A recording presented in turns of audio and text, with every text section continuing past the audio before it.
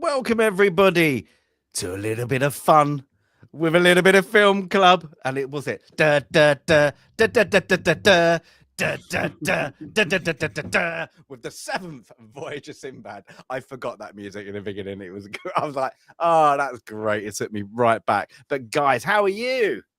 I'm good. No complaints. Saturday, nice day over here, so ready to do film club. Nice. Sandy?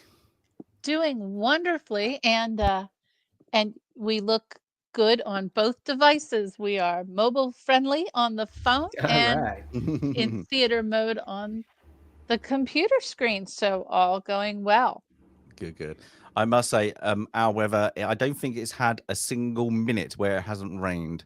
So it's a great British weather at the moment. So hopefully that changes for next week.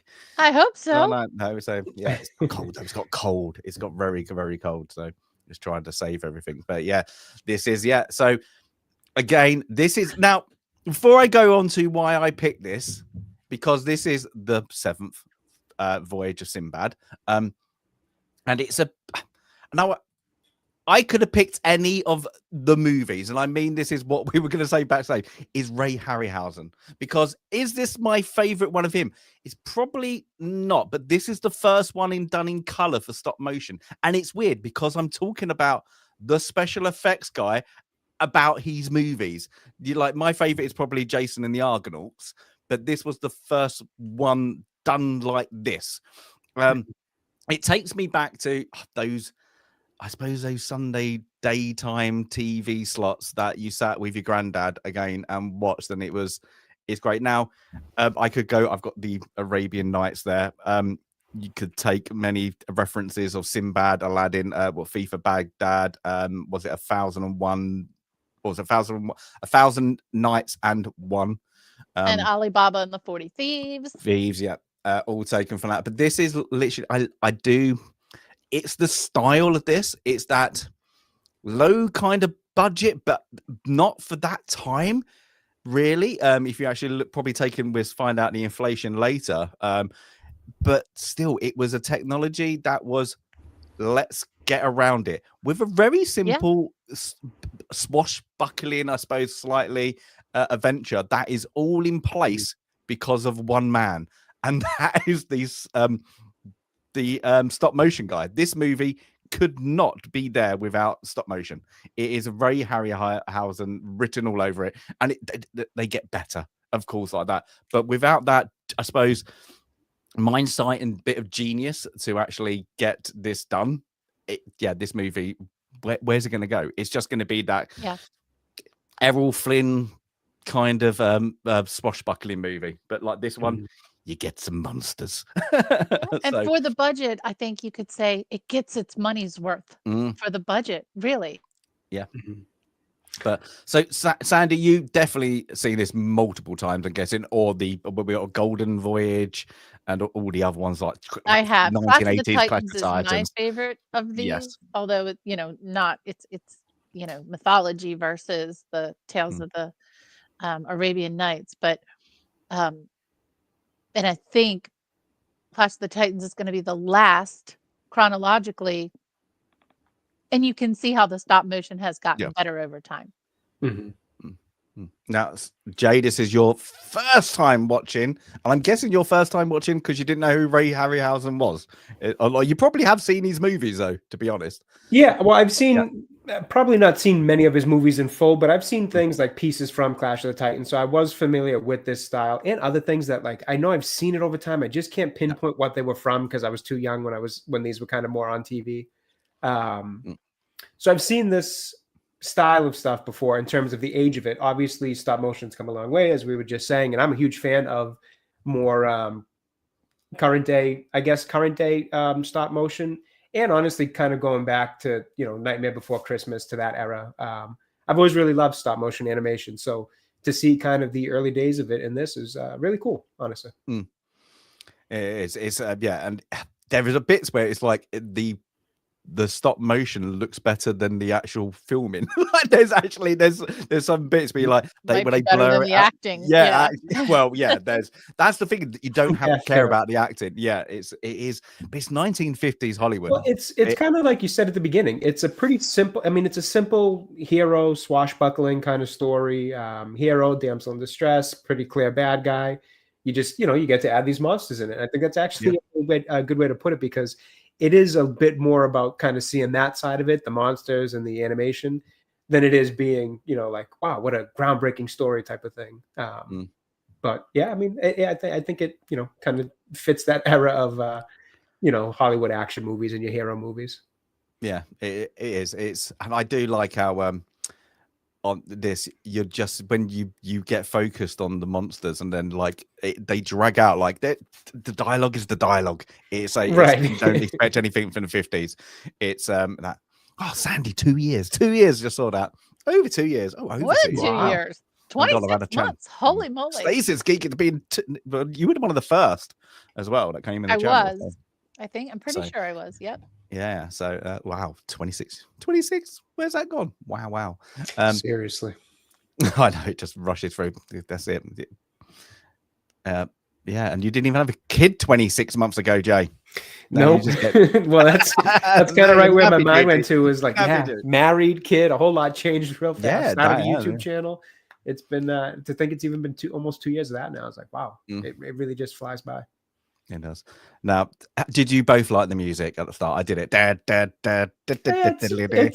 It didn't stick out too much to me in terms of loving it, but it did feel very on brand for for what I was about to get into. You know what? This is going to be one of those. But yeah, the movie. I say it's a Sinbad. You know what you're going to get. It's he's in the high seas somewhere. In peril. His men there's no food, there's no fresh water, even though it's raining. I'm sure they could get some barrels and do that, but he has a sense that we need to take the depth, the fathoms, because he just has a sense. And every Sinbad movie, and even in the Arabian Nights thing, that's what he's like. He's a bit lucky. He's a bit of a, that kind of lucky go hero, kind of like that, who gets everything going thing. But that's Arabian Nights. They've always got a happy ending. There's not many deaths in it. There's not a sad tale. But yeah, he gets his crew that are all loyal to him to do the depth, and then of course he spots off the shore an island. Now, I would think this one, I think they're just sailing. It's just a lucky to come across this island. It's just by chance for where it actually is. Mm-hmm. And of course, land ahoy! Now, again, this is just literally the setup to get to the island. And of course, we get the princess, who is, they're engaged, aren't they? So he's from Baghdad and she's from, where's she from? Oh, wherever she's from, they're enemies of Baghdad, and by marrying, by bringing their kingdoms together, their fathers will avoid war. So yes, that's why we're on this journey. Yeah, and I'm guessing at that area, it's either going to be part of Iran, modern, and then Iraq, of course, now, but it would have been changing from Iran to Persia at certain points, and that whole region kind of it changed quite a thing. So wherever this time, I'm guessing 10th century, 11th century, it's got to be. So my history on that yo-yoing back and forth isn't very good. So. I have no history on that, and I did not read the book. I needed a few more 100 nights in order to. That's it. But yeah, we find out they're in love, and the whole they're going back to Baghdad for some reason, but they've gone off course, I'm guessing. But yeah, so anyway, they get to wait today to explore the island. I'm hoping there's food there, and lucky enough, there's plenty. It's literally there's food, there's fresh water, there's anything you kind of want, so it's fine. But of course, whilst we're going to go hunting, a little party, they find a big kloof footprint in the sands. And so, oh damn it, what could this be? And it's great. So they get there, and then they find, searching for the footprints, they come across a sculpture of that. I don't know what else I'm going to call it. That. If I call those footprints, I wouldn't be searching in the direction of the footprints. I would be running in the opposite direction. That's just me. Well, this is a swashbuckling hero. He's going to go right for it. To find out where we're going. That's it. That could have been one big goat, Viper says. It could have been.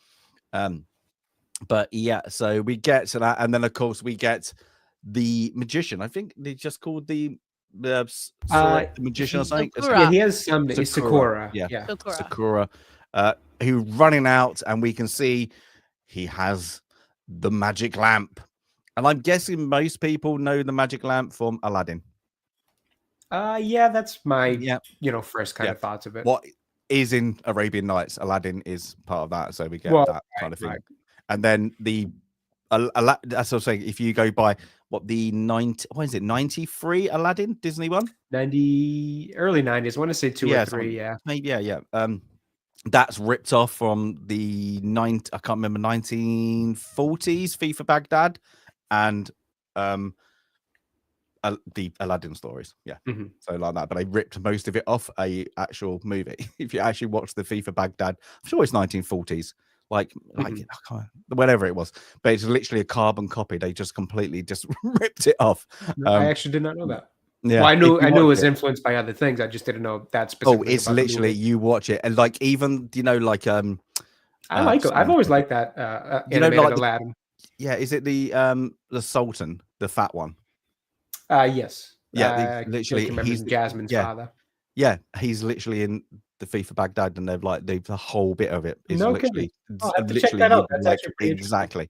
Yeah, the only thing is like the genie's different, of course, but Robin Williams. Robin Williams is brilliant now.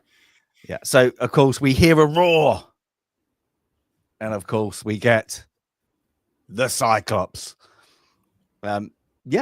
So did you expect it, Jay? Like, well, I because of the trailer, I knew where we were going with it.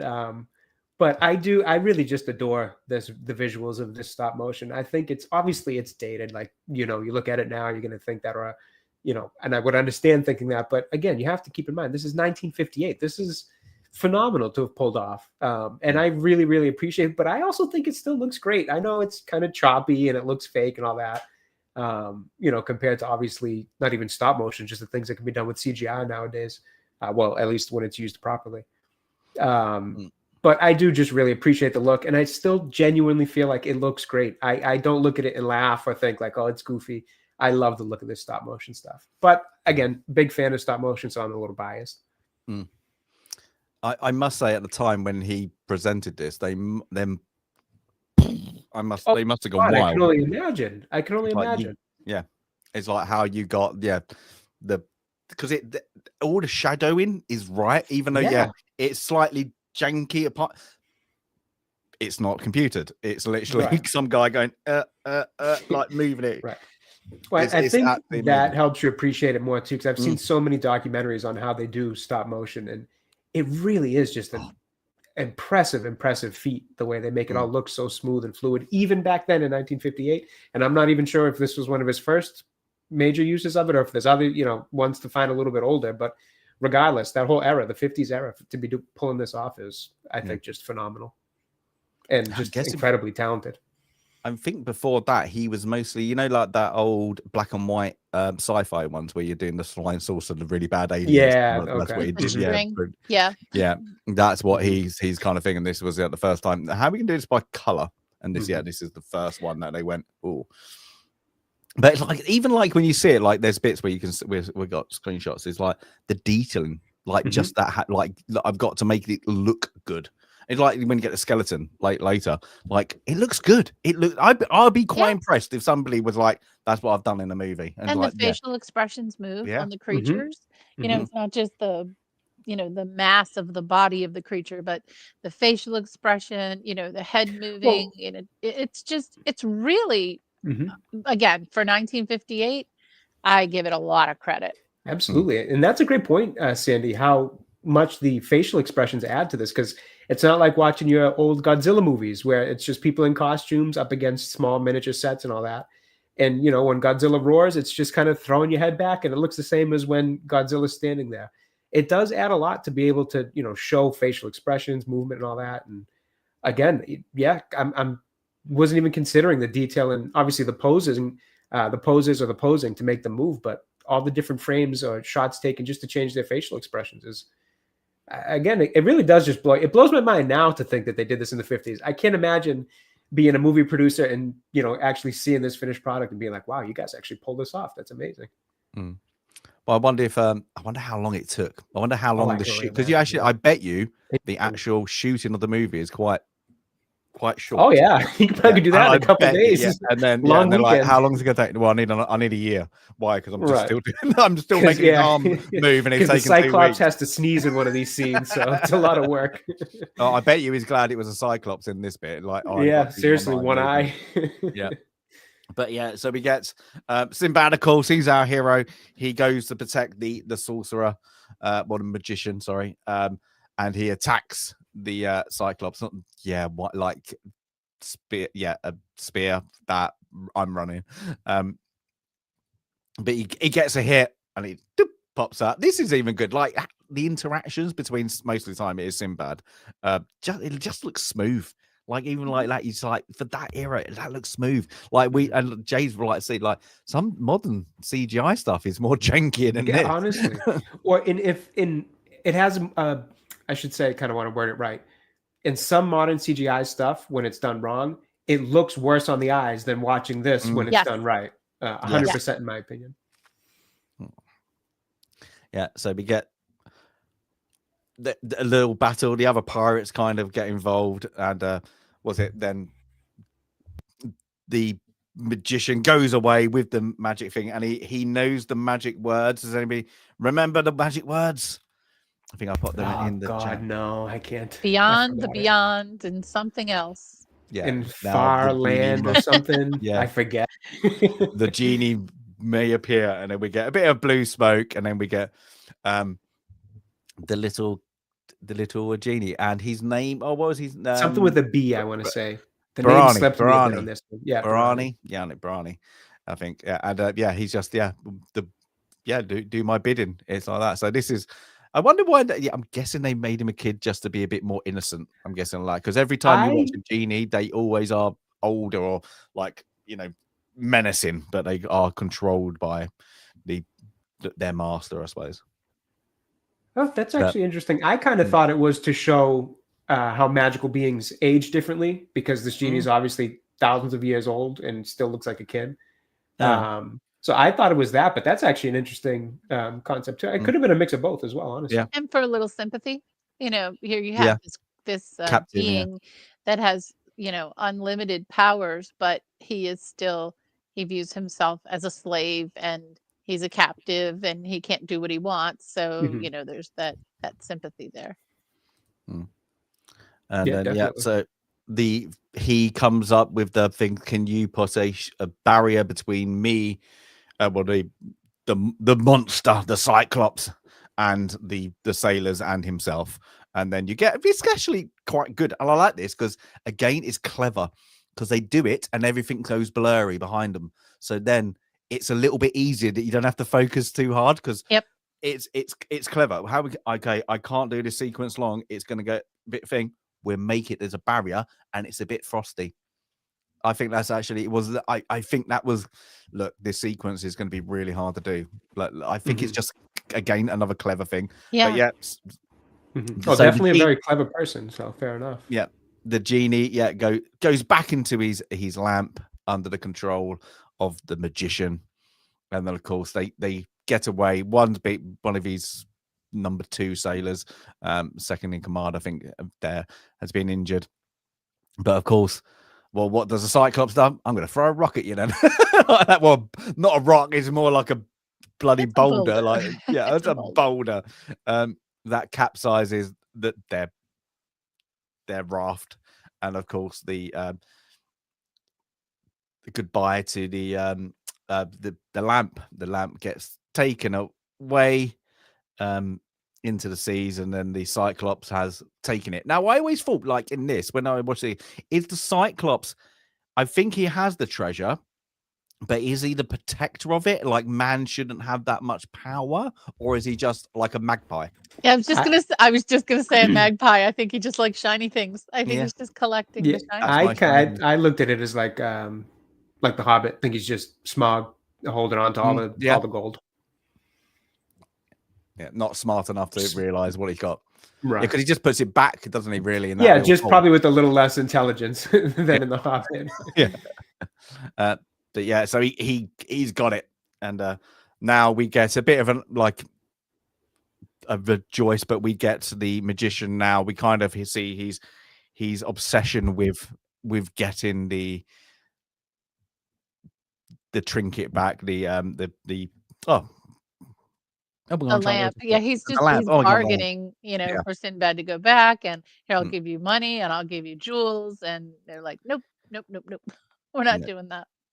So yeah, he's like, no, we're and he gives him a bag of diamonds or gems or whatever, doesn't he? It's like, go back. I'm not that you have less value in the lives of men, and we've got to get the princess back to Baghdad. And then we get 1950s Baghdad, let's say.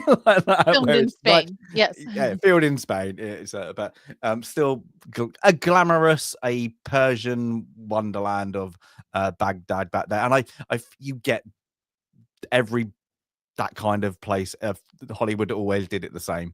Everybody's dressed up, looking beautiful, wonderful, nice weather. But they're all white male, white men. Oh, well, we're talking. Everybody's There's just a little bit of a problem with their authenticity there. Yeah, it's everybody is Hollywood. Even he's not a sultan, is he? He's the other one's sultan. He is Sinbad's. I'm guessing this is it's not his. It's not his father, is it? Because I can't remember. I can't remember Sinbad. It was his father.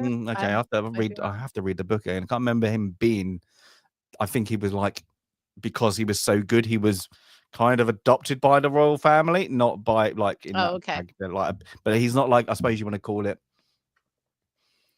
He'd be like a lord, I suppose, not a ruler. He's a ruler of Baghdad, I suppose, like a governor of Baghdad, I suppose you want to call it, a governance. But yeah, the magician has turned up again, and he's asking again for, look, can I go back? I need a ship. Give us and some men to go back to the island of the Colossus, don't they call it? Yes. Or Colossus. And I've built this time a great crossbow to protect the men. But again, no, we're not doing it. Sinbad said not to do it. By Game of Thrones, when, what is it, Meister Qyburn? Oh yes, creates the mangonel and has this, that blueprint or drawing. Take down a dragon. When they're going to take down the dragons. Yep. I didn't even think of that until then. Yeah, but yeah, because he relies on Sinbad's knowledge. So yeah, we're not doing it. But then the Sultan, this is her dad. From, I can't remember the land. Chat, do you remember the land? I cannot remember. Oh god, here we go. I the stop motion took 2 to 3 years. Wow. Yeah, it would have to. It's like that. Yeah, that's good because you think I actually mean how many sequences and how much movement there is. It's that's epic. Yeah, for back there, like just click next. I appreciate it. I do not have the patience. I love it. I love like Wallace and Gromit, and I'm like, I just couldn't have the patience. Click, and it looks like you haven't really moved it. So they do teach, at least at my kids' school, both of my kids had to do a project with stop motion to try to, teach some mechanical skills, and they would make little things out of Lego, and then they would film, every interval in the motion. And I thought it was really cool for, like a third grader to start learning, about the details and, how to break things down into small pieces, even visually. I thought it was pretty cool. But on this scale, and they also have to create the creatures, right? So we've got the cyclops, we've got the bird, we've got the dragon, we've got the lizard snake lady that still freaks me out. Just creating those models in such detail had to take such effort. Yeah, and on about the lizard snake lady. So the magician has been invited to give a show, and he's taken the handmaid of the princess as the magician's assistant. Let's say that. And yes, whilst they're getting bonded about the magic, he takes her and crosses her with a cobra. So Viper would like this. And I took the shot there. The Viper, like, I'm guessing there was a real snake, and whatever that is, I do not know. It looks like some plastic tubing. A rubber hose, probably. It is, I don't know. And of course, they're all waiting for the magic to happen. Oh, there you go. Viper's in love, and smashes the urn, and then this freaks me out. This needs to proper. It's creepy. That was the one as a kid. This one specifically reminded me, or not reminded me of, but it kind of made me feel like Beetlejuice. You could see some of the way, like just the creepiness to it and the way it moved. It really reminded me of the way Beetlejuice's stop motion is done, which again, Tim Burton obviously has done a lot of it. But I felt like that had to be an influence. Like this style had to be an influence on him. I would imagine, at least. I can't say for sure, but on the way that because it just felt so much like it for some reason. You're talking that was the 80s. It was good chunk of time later. And so it was either, just the coincidence, or it was definitely an influence in the way that he chose to do his stop motion for that movie. And just the creepy nature of it too. Like it's so fluid that it just makes it look extra creepy. Yeah, it's just the kind of that Arabian music in the background, and then just a bit it's just a bit haunting. And of course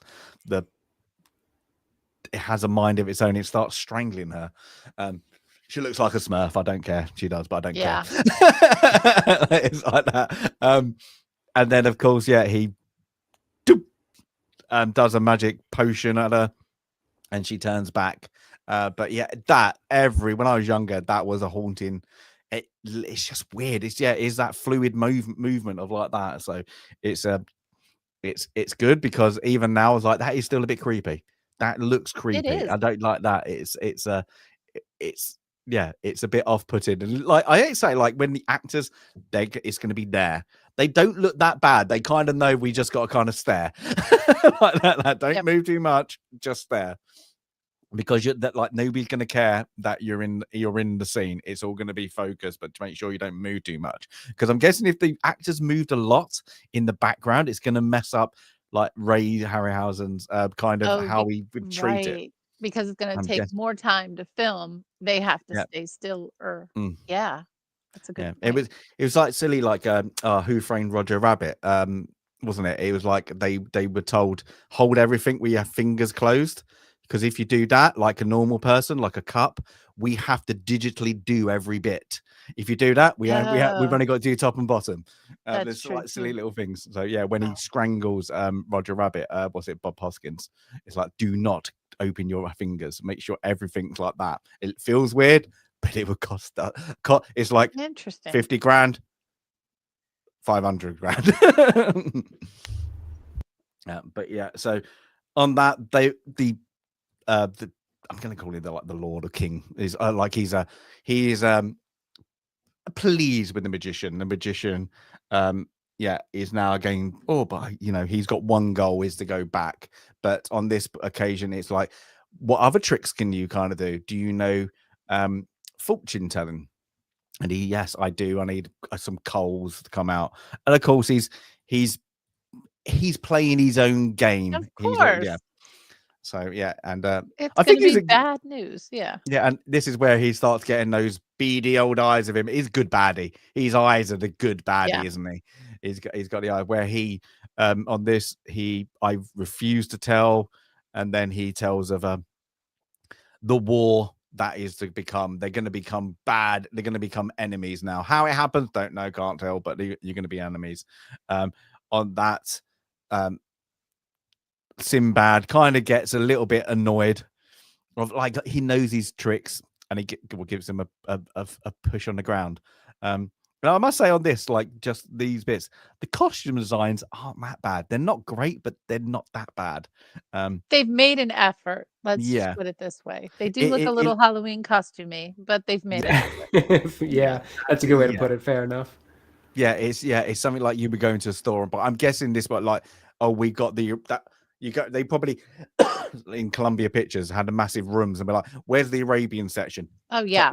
Yeah, and then just take what you want and then bring it back. And I bet you these dresses and all that, all the shirts and all the robes are in different movies of this time. And it was probably, some of them were probably when it was black and white, and they were just like, yeah, we just cross over. Just it's still there. And then from that, we get, of course, the kind of just a little bit of showing their love between Sinbad and the princess. It's like, they're just a love. They're in love couple. They're trying to portray.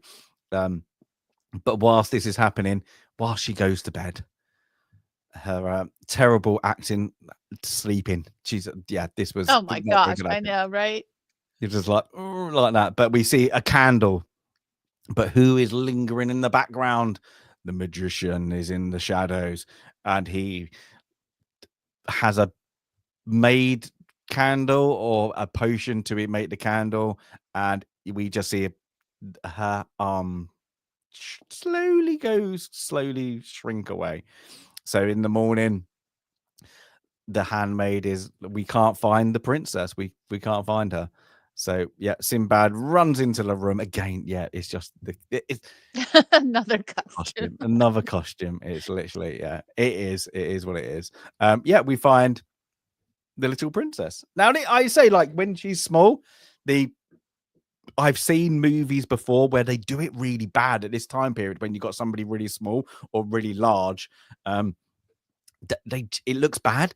It doesn't look that bad. There is bad. Yeah, no, I would agree. I didn't think it looked bad at all. Yeah, because it's just we'll put you on a bit screen and we're just gonna put you onto it. It looks okay, and I'm guessing a lot of the actors kind of probably from back in like the black and white days, they knew where to look, and that's it. Like, it's okay. I think why it works is because she's not in a lot of complicated settings.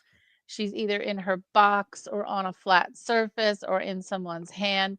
Like, I think where they really mess it up in other films is when they try to have, a short or very tall person walking down a crowded street, or, where there's just so many other things in the setting that makes the scale look off.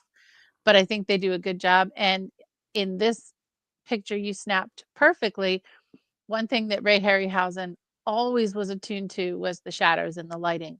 And he gets it right with this. You've got her shadow in the right place.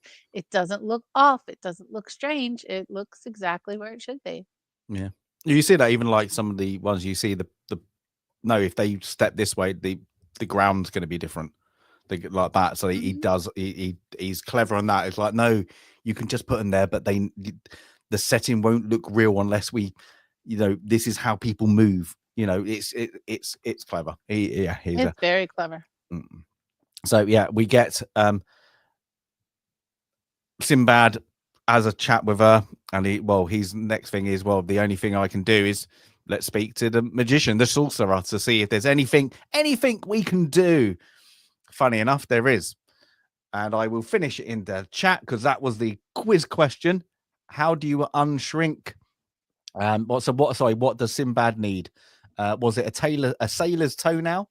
The Genas use Kleenex, a dragon's butt scout, or Roke's eggshell? That was the name of the bird.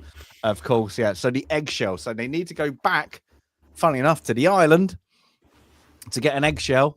That will be the potion that he can brew up to bring her back to normal size. The only way you can do that, we all need to go back to the island. Happy coincidence.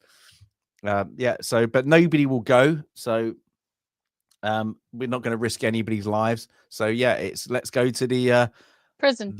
The prison, literally. Yeah. And you've got two options: stay here, do a bit of hard labor and probably get hung, or get your head cut off or your hand cut off, or you can risk your lives on the high seas with me, Sinbad. So yeah, he gets his volunteers, let's say that. And of course, yeah, onto that we're bringing the catapult, not catapult. What do you kind of call it? It's crossbow. No, what do you call it? What is it called? What was the name? Yeah, it's a crossbow. Not a crossbow. Yeah, but there's a name for it when it's on the floor, isn't it? When you don't hold it, isn't it? Did I call it the wrong thing? Let's see. I called it a mangonel, but that's not right. There is a name for it, isn't it? Because the Romans used them, didn't they? Yep. Hang on. I can't remember what it's called. This is where somebody gone. Historian geeks, go. Game of Thrones calls it a scorpion, but that's not right. I think it's a mangonel. Hang on. Oh, took 11 months. There you go. 11 months to do stop motion. Yeah, okay. A mangonel. mangonel. How the hell did I know that? There are things stuck in my brain. I'm not. Jade calls it a mind fortress. It's like that. Yeah, You just go. The mangonels are on the ground. Ballistas are mounted to buildings. Ah, there you go. And that's the ballistas that, well, they called them scorpions in Game of Thrones. But I swear to goodness, things just come out of my. I need them out of my brain. There's stuff that I can't remember because there's no room, because there are things like mangonel. Who would have known? That's really the thing. I must have learned that in a pub quiz sometime. There we go. But yeah, so they haven't got any room. They've only got one arrow. Better make it count. If you're gonna build a crossbow like this, can we not have more ammunition? Just saying. At least two. At least two. But on this, we have now some. They're more like pirates, aren't they? They're like, well, this we could earn some money on this. So they start to plot their mutiny. But in the captain's quarters, cabin. Yes, the little princess is there. Thanks a lot for building me a phone box to live in. At least it's made out of silver. He's like, it's not bigger on the inside either. I also don't see any breathing holes, so I'm not sure how the air is getting in there. But literally, at least it's covered in jewels. That's nice. Yeah, and I always thought, who made the dresses for her now? Oh yeah, because she was wearing a nightgown when she got shrunk. That's a good point. Somebody went, they didn't have like a Barbie doll. Well, yeah, I was just thinking, like, there's no Barbie to take it off of. So where did this come from? It just made me laugh, and my brain just went, who made that then? I didn't even think of that. Yes, we need some dresses now. Well, you see, the green smoke must have spread to her closet, which covered her wardrobe, and there we go. Plot hole fix. Yeah, we go. It did make me giggle. But yeah, so. Again, it's not that bad. I'd say, like, you can see it, not at all, like that. But yeah, they're just having a little chat as whilst they've been at sea a few weeks now, and then of course the magician has there's been rumblings above. I'm guessing that's it. He's got some concerns with the men. That's it. But Sinbad is like, I'm Sinbad, kind of. He dismisses it. But we'll all take it to things until, of course, we have a mutiny on our hands, and it's the thieves and the pirates or whatever against Sinbad and his men. but Sinbad tells them to lay down their weapons when one of them gets the magician to the throat. And the only reason he does that is because he's the only one who can make the potion, I'm guessing, because he doesn't really trust him. So that's it. But then, they get put in the brig, and then they get this wail. Like, I'm guessing it's the sirens by or the sound of wind. Yeah, this high pitched sound that obviously the magician has whipped up. But yeah, it's a weird scene. But yeah, they get to their place where they're going quite easily. Where they're pushing Sinbad to there, but they're literally there for the gold. Let's say that.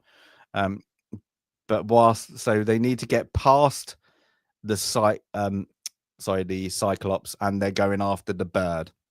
So the plan is they will split up, because if one gets captured, the other one can go rescue them. So that's the plan.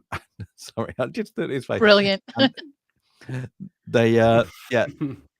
They come across skeletons, a club that is too big. This is great acting. I just even that just like, who would that be? I'm not being odd, if you saw a skeleton, would you be that scared? No. You'd be like, I'm in danger. You're like that. You wouldn't visibly see it on my face. My face would probably just be very blank and very like, oh shit. It wouldn't be this. It wouldn't be. But you're this, expecting it animated. on this bit. But he's expecting there's danger here. There is danger. That is true. Here. You did bring a giant crossbow, so you should have expected this. Yeah, if you're going, for your Sunday walk and you come across a skeleton, you might act differently. Right, but fair enough. It did make me giggle. I was like, that is But again, it's just like, okay, we need you to react. We need you to react here. But yeah, so the rest of them, they found the Cyclops hold, I suppose you want that, of all the gold. Sinbad's a bit wary as it tells them to stop. They get into a bit of a fight, and guess who's open the lid, I suppose, call it like that. The Cyclops says, hold it, that's my rubbish. So yeah, he's starts to take them out and put them into a cage, and then unlucky for one of them, he's about to get roasted alive.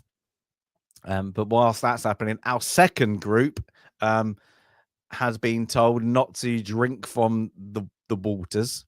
And yeah, I don't like when they do. It's just wine. They just get drunk really, really quick, don't they? And you don't find out that it was poison. It was just wine. So yeah.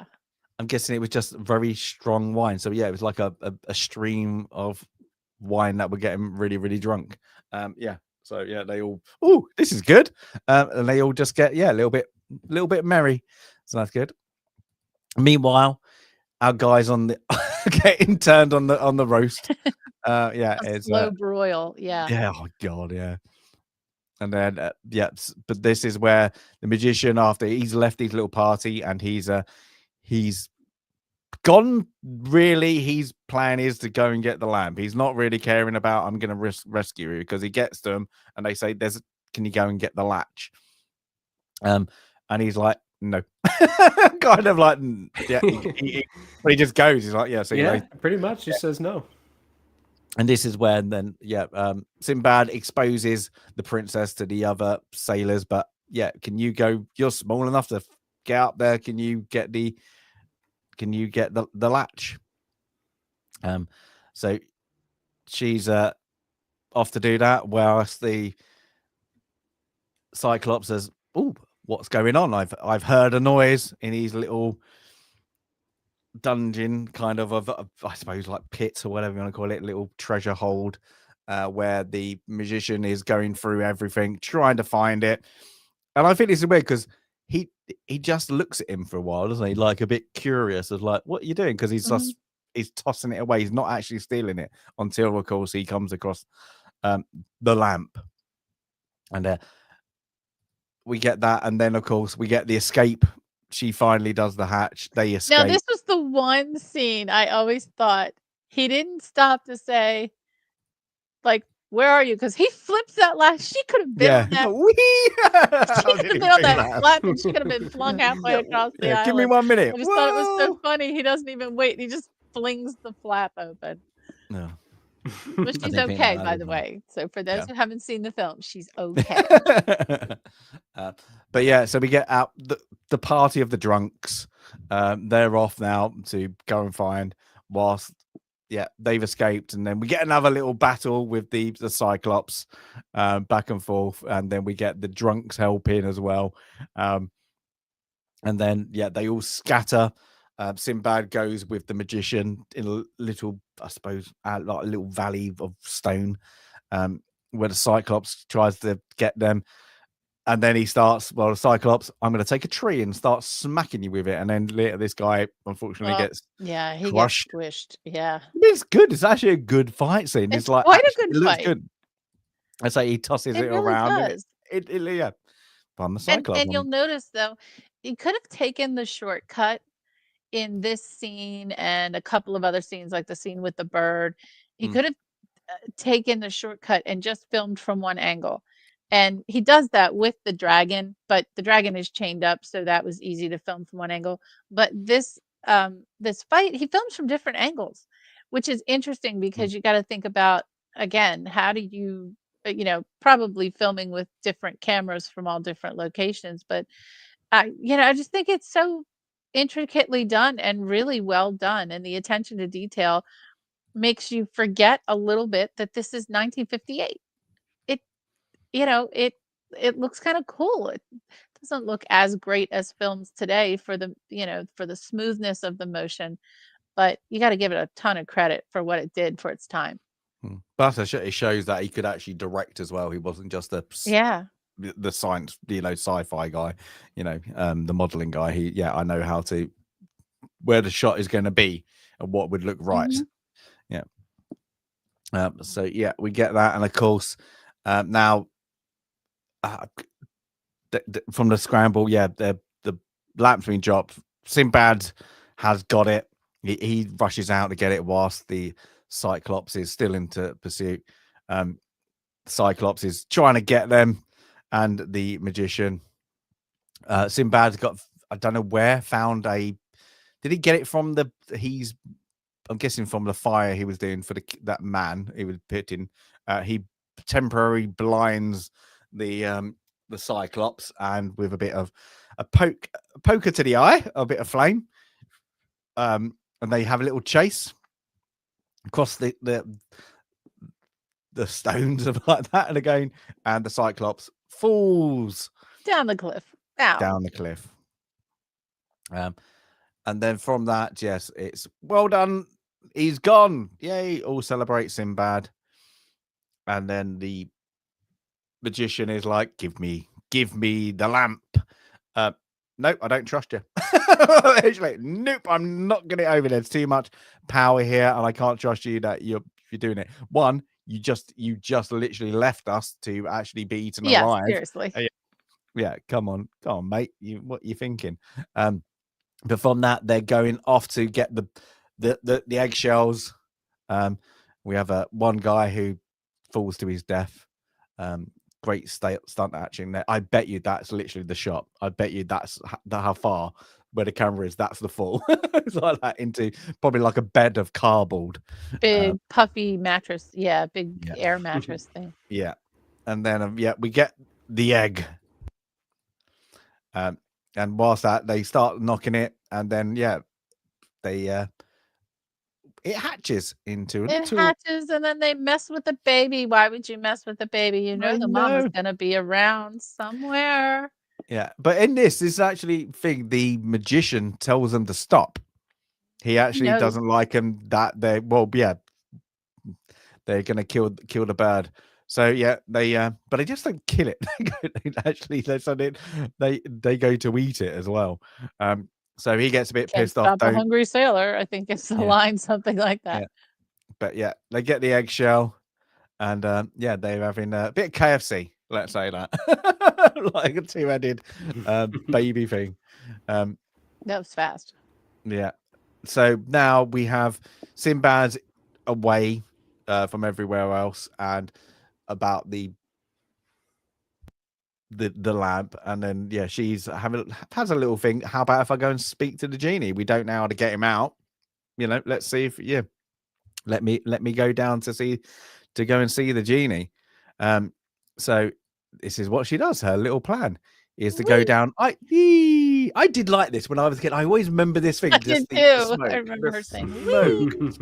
And it's like that. So she comes into a land of a little bit of smoke, and she's greeted by, of course, the kid genie, and they have a little bit of a nice interaction. She treats him as a kid, not a genie, like that. But we need to get out. We probably need your help. How do we get you out? What are the words? But on from that, she also asks, why are you here? Can't we free you? And it's the freedom is if somebody says his name, Barani. But there is a clue as well to things like that. And when the big that is small, small again becomes tall, into fearsome rock to rise they must fall. Sorry. Yeah. To rise you must fall. So she's got to throw him into fiery rock. Yes. So it's the pits of what's it called in Lord of the Rings? Doom. I want to say Mount Doom. Yeah. But whilst that's happening, just a coincidence. Yeah. The mummy's here.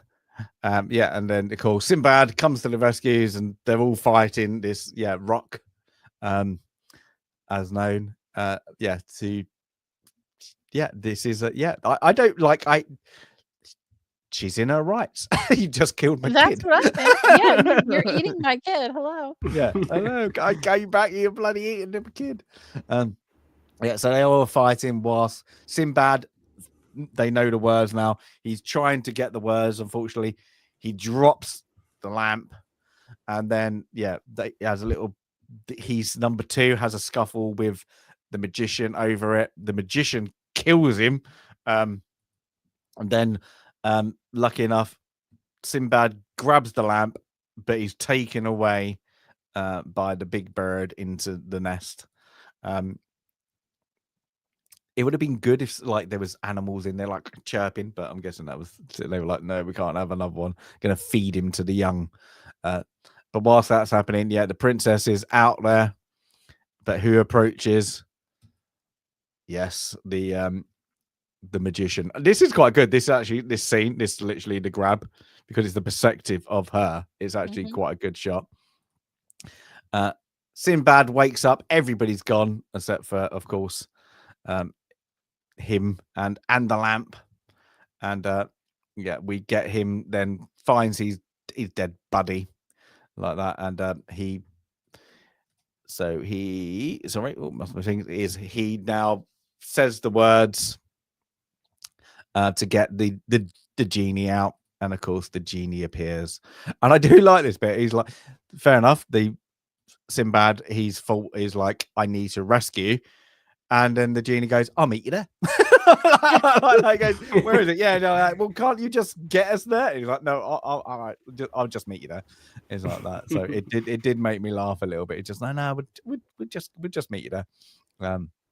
It's good. It did make me have a little bit of a laugh that he was like, no, don't worry about it. We'll get you there at one point. So he's, what is it, at the foot of the mountain.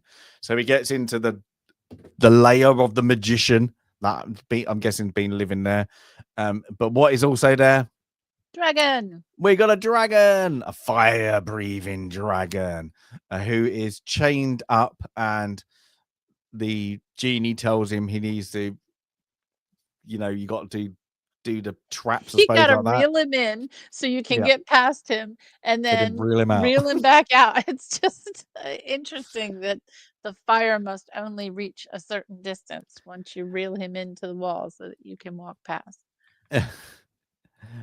So he sneaks past literally to the next bit where he's literally rolling in. Yeah, my pet scaly. That is actually quite good. Yeah, it's literally it's my pet, isn't it? I'm guessing he had it there to kind of feed off, like warn off the Cyclops in his if you could hear him. I I'm guessing guess, that. yeah. Yeah, I'm guessing so. Yeah, but yeah, the fire breathing. It's quite good. I don't know how they did that fire. I'm guessing they had a canister in it, or they Some did it and kind then of shot gas, it. yeah. But was it in the model, or was it modeled and shot and then fabricated onto it? Oh, I don't know. Hmm. But it looked good. Has a Yeah. good look to it. Yeah. And of course, yeah, Sinbad shouting for the princess whilst he's happy that he's now coming. He's bringing the lamp to him. And so he's got the princess a hostage, looking at through this globe. I'm guessing it's supposed to be an all-seeing eye or something. Mm-hmm. God, another reference. The all-seeing eye, Like an oracle, yeah. Yeah, but yeah. So Sinbad turns up, and they're kind of the exchanges like, give me this and I'll give you that. And I don't know why when I was younger I found this a bit creepy how he gets her back. I don't know why. It's not that creepy, just things like that. You But know, if he didn't have to have the potion to make her tall again, I just can't. I mean, Sinbad just must want to strangle this guy. Yeah. Like, just, he's being sort of kind of cordial, and they sort of need each other. He wants to get the lamp back, and he wants his girlfriend to be regular size again, so they have to put up with each other. But oof, just he's so evil, and you're right, he looks evil. He's got that baddie look about him. He's got the eyes. The We'll bald see that in a head and minute. the eyes, yep. But yeah, so in the little perfectly sized coffin or whatever it's going to be, casket, Yeah, that's really creepy. I don't like that. I've just got this casket that's perfectly fit for a small sized person. But again, an embrace. And her clothes grew. Her clothes. Yes, right clothes with grew. her. Yeah, it must be in that. Yeah, but in that we get and then we he get summons the trademark. skeleton. The trademark Ray Harryhausen. Now, are there Yes. animated skellies in every one of his films? I think there are. They're definitely in Jason and the Argonauts. They're definitely in Clash of the Titans. But the animated skellies, golden, I'm sure. Yeah, I'm yep, sure I they were think golden. it's his calling card. These animated skellies, and I love them. And they've been, well, at least in some of the games that I play. I don't know if either of you ever played Valheim. But the animated skeletons in the dungeons in Valheim always reminded me of these skeletons because they hold the same sword and board in Valheim as they do here. So I love these. I absolutely love the skeletons. But we get the so he's using his eyes, a little bit of a hand magic and then we get it. It picks up the thing. It's that look. It is. It even reminds me of was it Army of Darkness? They just Ash when he fights them, like just the Evil Dead bit. They all look the same, but it's great. But yeah, it's a good little fight. It's a good fight scene. It's let a shield with that. I don't know. I'm guessing it again. You have to think of how they did it, because I'm guessing he was like the Sinbad actor, was like, go there, but feel that you're hitting, and then you have to do that. And then Harryhausen like, okay, you've got the motion, and I have to fight you with the motion, like, and that's how he did it. Like, it must have been very, very weird to do that kind of, sword on sword, really fight. But it's actually good. Now, this is the bit I said earlier. The skeleton looks better than the film. Actor? Yeah. No, the film, like, it looks clearer. It's I see what you mean. Yeah. Yeah, it looks more right. clarified, like, zoomed in, I suppose. Sharper. Like, maybe it's a sharper I don't know. image. Maybe there was some kind of how they mirrored it. I don't know. But yeah, it looks just a bit more clarified. But yeah, the skeleton then, of course, falls to their death. This must have been a thing. Goes, they must have gone, what about if we crush it? Because I think in Jason, I think they do. He hits and then the arms come off. I'm The guessing bones he didn't explode. realize. Yeah, all the bones fall apart. Yeah. And I'm guessing at this point he's like, "Do you know how long that would take?" I'm done. So they were like, "Just fall him into an abyss." We like that. Yep. That's how we're going to get rid of him. But yeah, later on, it's it's the shattering. But yeah, from that they go off. But to trap him there, I don't know how this works. Don't care. It doesn't really matter. Is that he explodes his all-seeing eye orb or whatever you want to call it. That brings down the causeway of their escape. And then from that, she then calls the genie to come help. And again, how can we escape? I could teleport you out here. I can get you a rope as well. There's a rope. Like, I always feel like, why would he just like, you just teleport me back to Baghdad? God's sake. Nope. I'm going to get you a rope. You just asked to escape. You didn't say how, So yeah. And then we have a very a New Hope kind of thing. When I saw it, I was like, this is like really, Indiana Jones New Hope kind of swing here, isn't it? Very much so. Yeah. Well, funny you say that because after watching the trailer, a bunch of shorts were coming up for just some history on this film and the style of animation and all that. And Spielberg, well, this was a YouTube short, so who knows how legitimate it was. But they were saying that a lot of directors, Spielberg being one of them, were influenced by this movie and this work. Mm-hmm. Peter Jackson, another one, he actually was holding a model of the Cyclops on what looked like a movie set for Lord of the Rings. But it was a quick glimpse of him holding it on a movie set that he was working on. So yeah, you could definitely see. And then when you start thinking about those movies and those directors, and this is a perfect example, you can kind of start to see, oh yeah, maybe he was actually influenced by this. Maybe it wasn't just a YouTube short that made something up. I would like to look into it a bit more though. Just again, one with my fandom of this style of animation, but I think there's quite a good documentary of Ray Harryhausen. Oh, good to know. Yeah, I'd like to look up more and see who credits him as an inspiration to them, because just again, really impressive stuff. Yeah. So now we get they throw the Barani. I think they say his name now, and then they throw his lab into the fires of Mountain Doom. Let's call it what it is. Yeah, eerily similar. Yeah. When was Lord of the Rings written? Well, no, so Arabian Nights, if they did nick it off, that's what in the how many stories over time, and it was then brought into English compilation was 1708, so it kind of predates J.R.R. Tolkien just a wee bit. And mine's only 1865. Wow, that's amazing. So they now have to escape past the dragon. But who's coming along at the same time? The Cyclops. I'm guessing he's. They said there were more than one. Yeah, they said there were more than one Cyclops. There wasn't just one. Oh, was there? Yeah. Oh, so this is a new one. Oh, okay. Yeah, this is a different one. Okay. This is his brother. Yep. His angry brother. Yeah. So this is a bit of a scary time, and of course we get the famous battle. I'm guessing that you see a lot of the dragon versus the other Cyclops. Mm-hmm. Yeah, and then we just have that where the Cyclops gets his hand up, but it's the dragon that wins, and he takes him down. So the magician comes out and he got control, and they run back to what is it again, Sandy? It's called It's called a mangonel. We'll call it a big crossbow.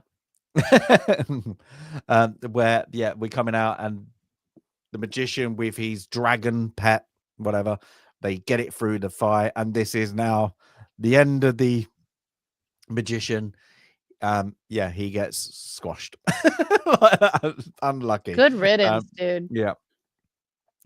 So he gets out, and then they all run back to trying to get back to the ship, and then the dragon dies on the side of the beach, and they all get back, and who they greeted with is Barani is there, and now he claims that he's going to be the cabin boy for Sinbad, so he's free, and I'm going to be the cabin boy, and he's like, oh, we'll go and make up my cabin. I already have. I already have. Yeah, and he stocked it all full of the Cyclops money. So yes, now Sinbad is very, very rich, even though he was very, very rich in the first place. So they're like, and he says it's a pre-wedding gift. So yeah, it's good. And then yeah, he takes Sinbad says, "Well, you're going to be a much The wheel. better." Takes the wheel. You're going to be a much better sailor than I. And yeah, and they all, as most of these Sinbad ones, they all live happily ever after. Happily Dun, ever dun, after. dun, Very dun, dun, dun, classic. dun, dun. But it's I say, like, it's such a simple story, and I appreciate when we're not going to go well. Like the Arabian Nights, I think the tales, they're very simple. You could go through every single, most continents have the same kind of the stories coming out. They know then old stories through time. They don't need to change. They're quite simple, and they all end up mostly all the same, except for the Brother Grimm's ones. They all go a bit weird, but Yeah, this, they're it really doesn't. nasty and Yeah. really gruesome in a lot of cases. Yeah, but this is simple, and again, I think the story is plain. I'm guessing it is plain. It's very thing. It is all about the animation. It's all about that story. Without that, this couldn't have worked. This couldn't have worked. But yeah, I think it's it's good. It's like that. But go on, give me the numbers, because I'm quite interested on the how much it was made, then the inflation values, Sandy. Yes, of course. I love to do the inflation values. All right. So the budget was $650,000. So not $1 million, $650,000.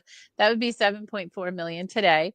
It made 3.2 million at the box office. So it was a substantial box office hit, which would be 36 million today. But again, given the budget that it was made for, it was a huge hit. And I'm still amazed that it could be made for that budget. I mean, $650,000. That's, I mean, for me, that sounds like it wouldn't cover the actors, right? Even back then, but tremendous value for money, this film, even though it, you know, it made such a great dividend on its investment there. It was not in the top. I couldn't find it in the top 100 for 1958. South Pacific was number one. Annie Mame, Cat on a Hot Tin Roof, No Time for Sergeants, and Gigi or Gigi. I don't think we have any of Not those to be in the field. confused with Geely, if anybody remembers that Oh, movie. goodness, no. Gosh. Is that what, Jennifer Lopez? Jennifer Lopez and Ben Affleck, Benny Boy. Lordy. Yep. I don't think any of these are on our wheel, but maybe we should think about Cat on a Hot Tin Roof. And I really do like No Time for Sergeants. That's actually a the only special one that I recognized by title is Cat on the Hot Tin Roof, and kind of barely recognize it. Just sounds familiar. Otherwise, I'm not familiar with many of these. Yeah. This one was added to the National Film Registry in 2008, specifically recognizing the advancements in special effects down to Ray Harryhausen. It won no major awards, and it had no major award nominations. Unfortunately, I tend to think like today, if we were looking at this film today, we would certainly recognize the special effects. But back then, the Oscars and the major awards, they didn't have the kinds of categories that we have today for things like, special effects. They would have like production design, right? But not special effects. As we mentioned, this is based on one of the tales in 1001 Arabian Nights or 1001 Nights, depending on which country you're in, which is a compilation of Arabic folk tales that date way back. I mean, like way, way back, centuries old, that were put together and compiled in the first English edition in 1708, it's 1706. And that James has a copy from 1865, which is pretty cool. The cover you see there is from an 1896 version of the book, a smaller selection of the tales. This one, actually, Ray Harryhausen did also help to write some of the dialogue for the film, and it was directed by Nathan Duran. It was filmed primarily in Spain, including at the Alhambra. So the scenes where they're in palace. They're celebrating before the wedding and The everything. Palace of Baghdad. Yeah, the Palace of Baghdad is actually filmed in the Alhambra. And these actors, I mean, you really don't see them. I've not seen their names No. in anything else except for the youngster Richard Eyre. He did appear in a few episodes of Lassie and a couple of other Who's that? The shows. genie? Is that the Yeah, genie? the genie. Yeah, as a child actor, he had several roles in television series. And then I think he only had one other film. So not not a cast that we see anywhere else on the wheels. So these names probably this will be the the first for And the only. folks in the first and only. I don't know. We'll see. But yeah, it was it was one of those films. I'm guessing that kids and probably 10s 11 12s would have really enjoyed seeing this in the theater. I'm happy I saw it on the television, but I would love to see an old like the original, not the new one. I would love to see Clash of the Titans in the theater, but it didn't. So there's so many films I keep saying that. So Pike and Rose Theater in Rockville, Maryland, if you're listening, get these oldsters on the rotation. This must have been great as a kid, like in the 50s. You go there for your cartoons, and then you got this. You got your swashbuckling kind of thing, but this one has monsters in it. Like as in like a young teen. This must have been, what am I watching? 1958. You haven't seen anything like this. And again, it's not that janky that you go. We've all seen those black and white kind of sci-fi ones where the flying saucer kind of comes in like that. It's like that. It doesn't look like that. It looks good. It's still, I say, like Jay said, it still kind of holds up. It's still, you understand the flaws, but the look still, it holds up. Right. I say for me, for this movie, it's an appreciation of that. Like I say, the Sinbad movies, I think this one and the Golden, and he, like Jason and the Argonauts, is a better, I think, written story. It's like that. They have a more of a story driven than that, but the appreciation of what the advancements was, Clash of the Titans. I adore that movie. But you can see where we need. Okay, we need a story, but we've got this as well. So do we need that? And this was as it was the first. I said I could have put on Clash the Titans or Jason the Argonauts, but this is the first. So I think this is where the movie is very subtly scripted and the dialogue is what it is, and some of it's very corny and doesn't make sense. I don't really care. It doesn't affect the enjoyment of this movie because it's an appreciation of what they did, and it's not bad. It's not one where you go, that's just really tacky. It's a vanilla ice cream that it tastes really nice. I don't need anything special on top of it, but it's got the monsters. So for me, I would always. I'm always a 6 or 7. I think for Ray Harryhausen, it pushes it to a kind of a 7, but because of the scripting and everything else is a bit lackluster, and some of the acting is a bit terrible, but then the baddie's good. So I'm going to give it like a 6.5, 6.5. I think that's kind of fair because this is an appreciation just really of Ray Harryhausen. I think it is like that. I think one of these, you get movies where you go without these people that went, let's push it and let's see we can do it, and then somebody going, look, we're gonna throw you out there and give you a go. We're gonna give you a go if you can do it. And I think them to do this on that, and then it spawned into Golden, Jason. I can't remember. There is another Sinbad one. I always forget what it's called. But then the others, and then he went into the 80s into the 90s, still doing his trade. Fair play to him. He was a kind of a genius to work out how to do it, even though it was 11 months, as Daryl said, of oh my, and I bet you that shooting time I would love to know how long they actually took to shoot that, especially the Spain parts, because I'm guessing it wasn't shot. I think it was probably, move on. It's let's Yep. Get in, get out. Move on. None of this get in, get matters. out, It's all about the animation. Yeah, it's literally just do that and don't move, because a lot of it you can say that they're not moving in the background. It's good. But yeah, it's a fun. The serpent blue lady, whatever you want to call her, still creeps me out, and that's what's good. 100%. Even though I remember as a kid going like that and loving the movie, it's good, and I can still watch these. These are very much a Sunday daytime on TV, and you're going to enjoy it. And I'm guarantee my kid's going to love these when he gets to a certain age. What, monsters, sword fighting. What couldn't you love as a young kid? They're not offensive. They don't need to be. They're just a little adventure, and they're there to what they do. It's literally. They're literally a family adventure. Then they're tame. Even the books are like, to say, they're folk things. They've all got a happy ending. They've all got a nice little happy ending. So I appreciate for what they are, and I think Jay, I think our kids are gonna love them. Then you go into the Golden Voyage of Sinbad, Jason the Argonauts, Clash of the Titans, the 1980s one, and then on top of that, you're like, gonna go. My kid's got a sword at the moment, a little rubber one. I can guarantee if he starts watching, I'm getting smacked around the head about 5,000 times with it.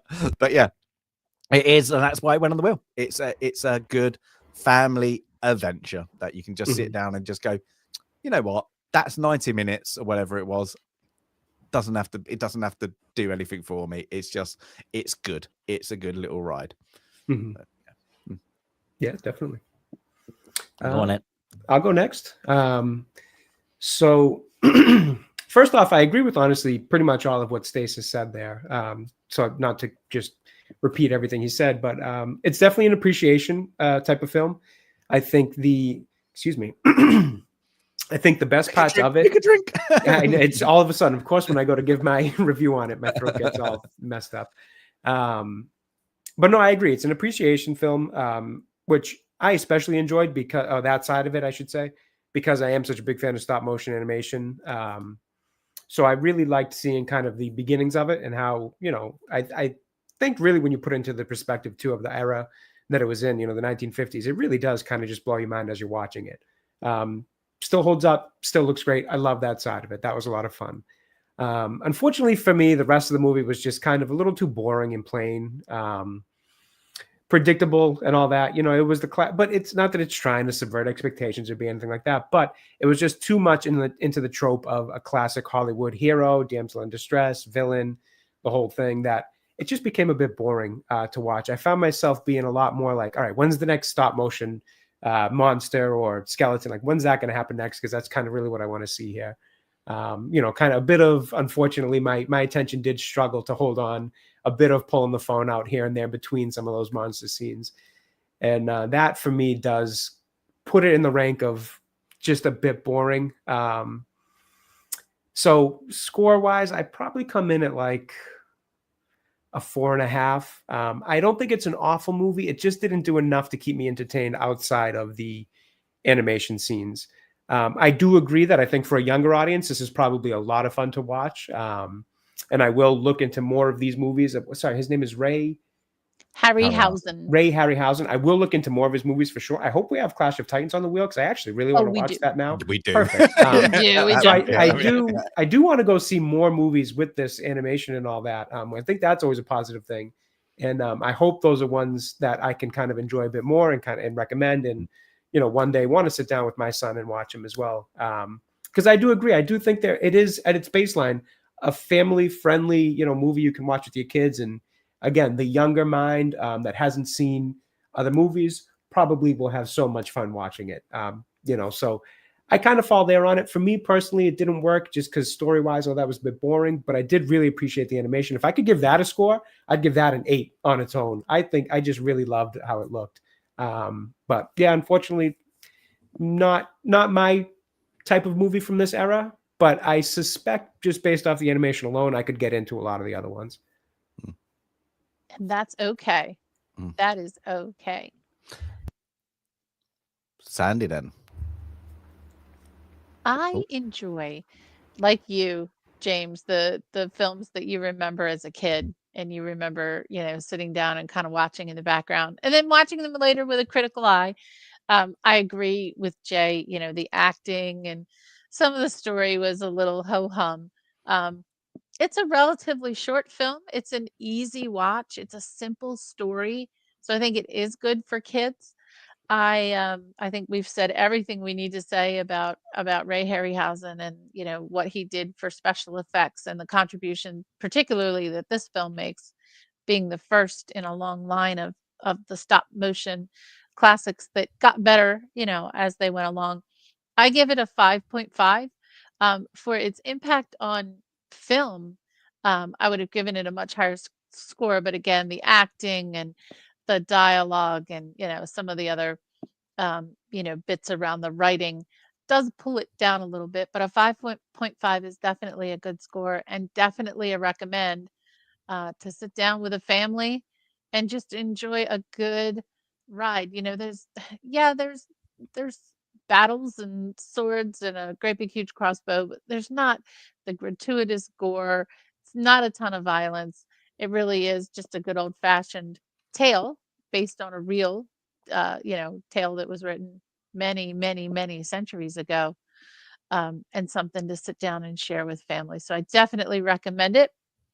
And I'm glad to have enjoyed it with both of you because I do enjoy, as I always say, hearing others' takes on films that I hold kind of dear to me. So I'm grateful that we got to chat about it together.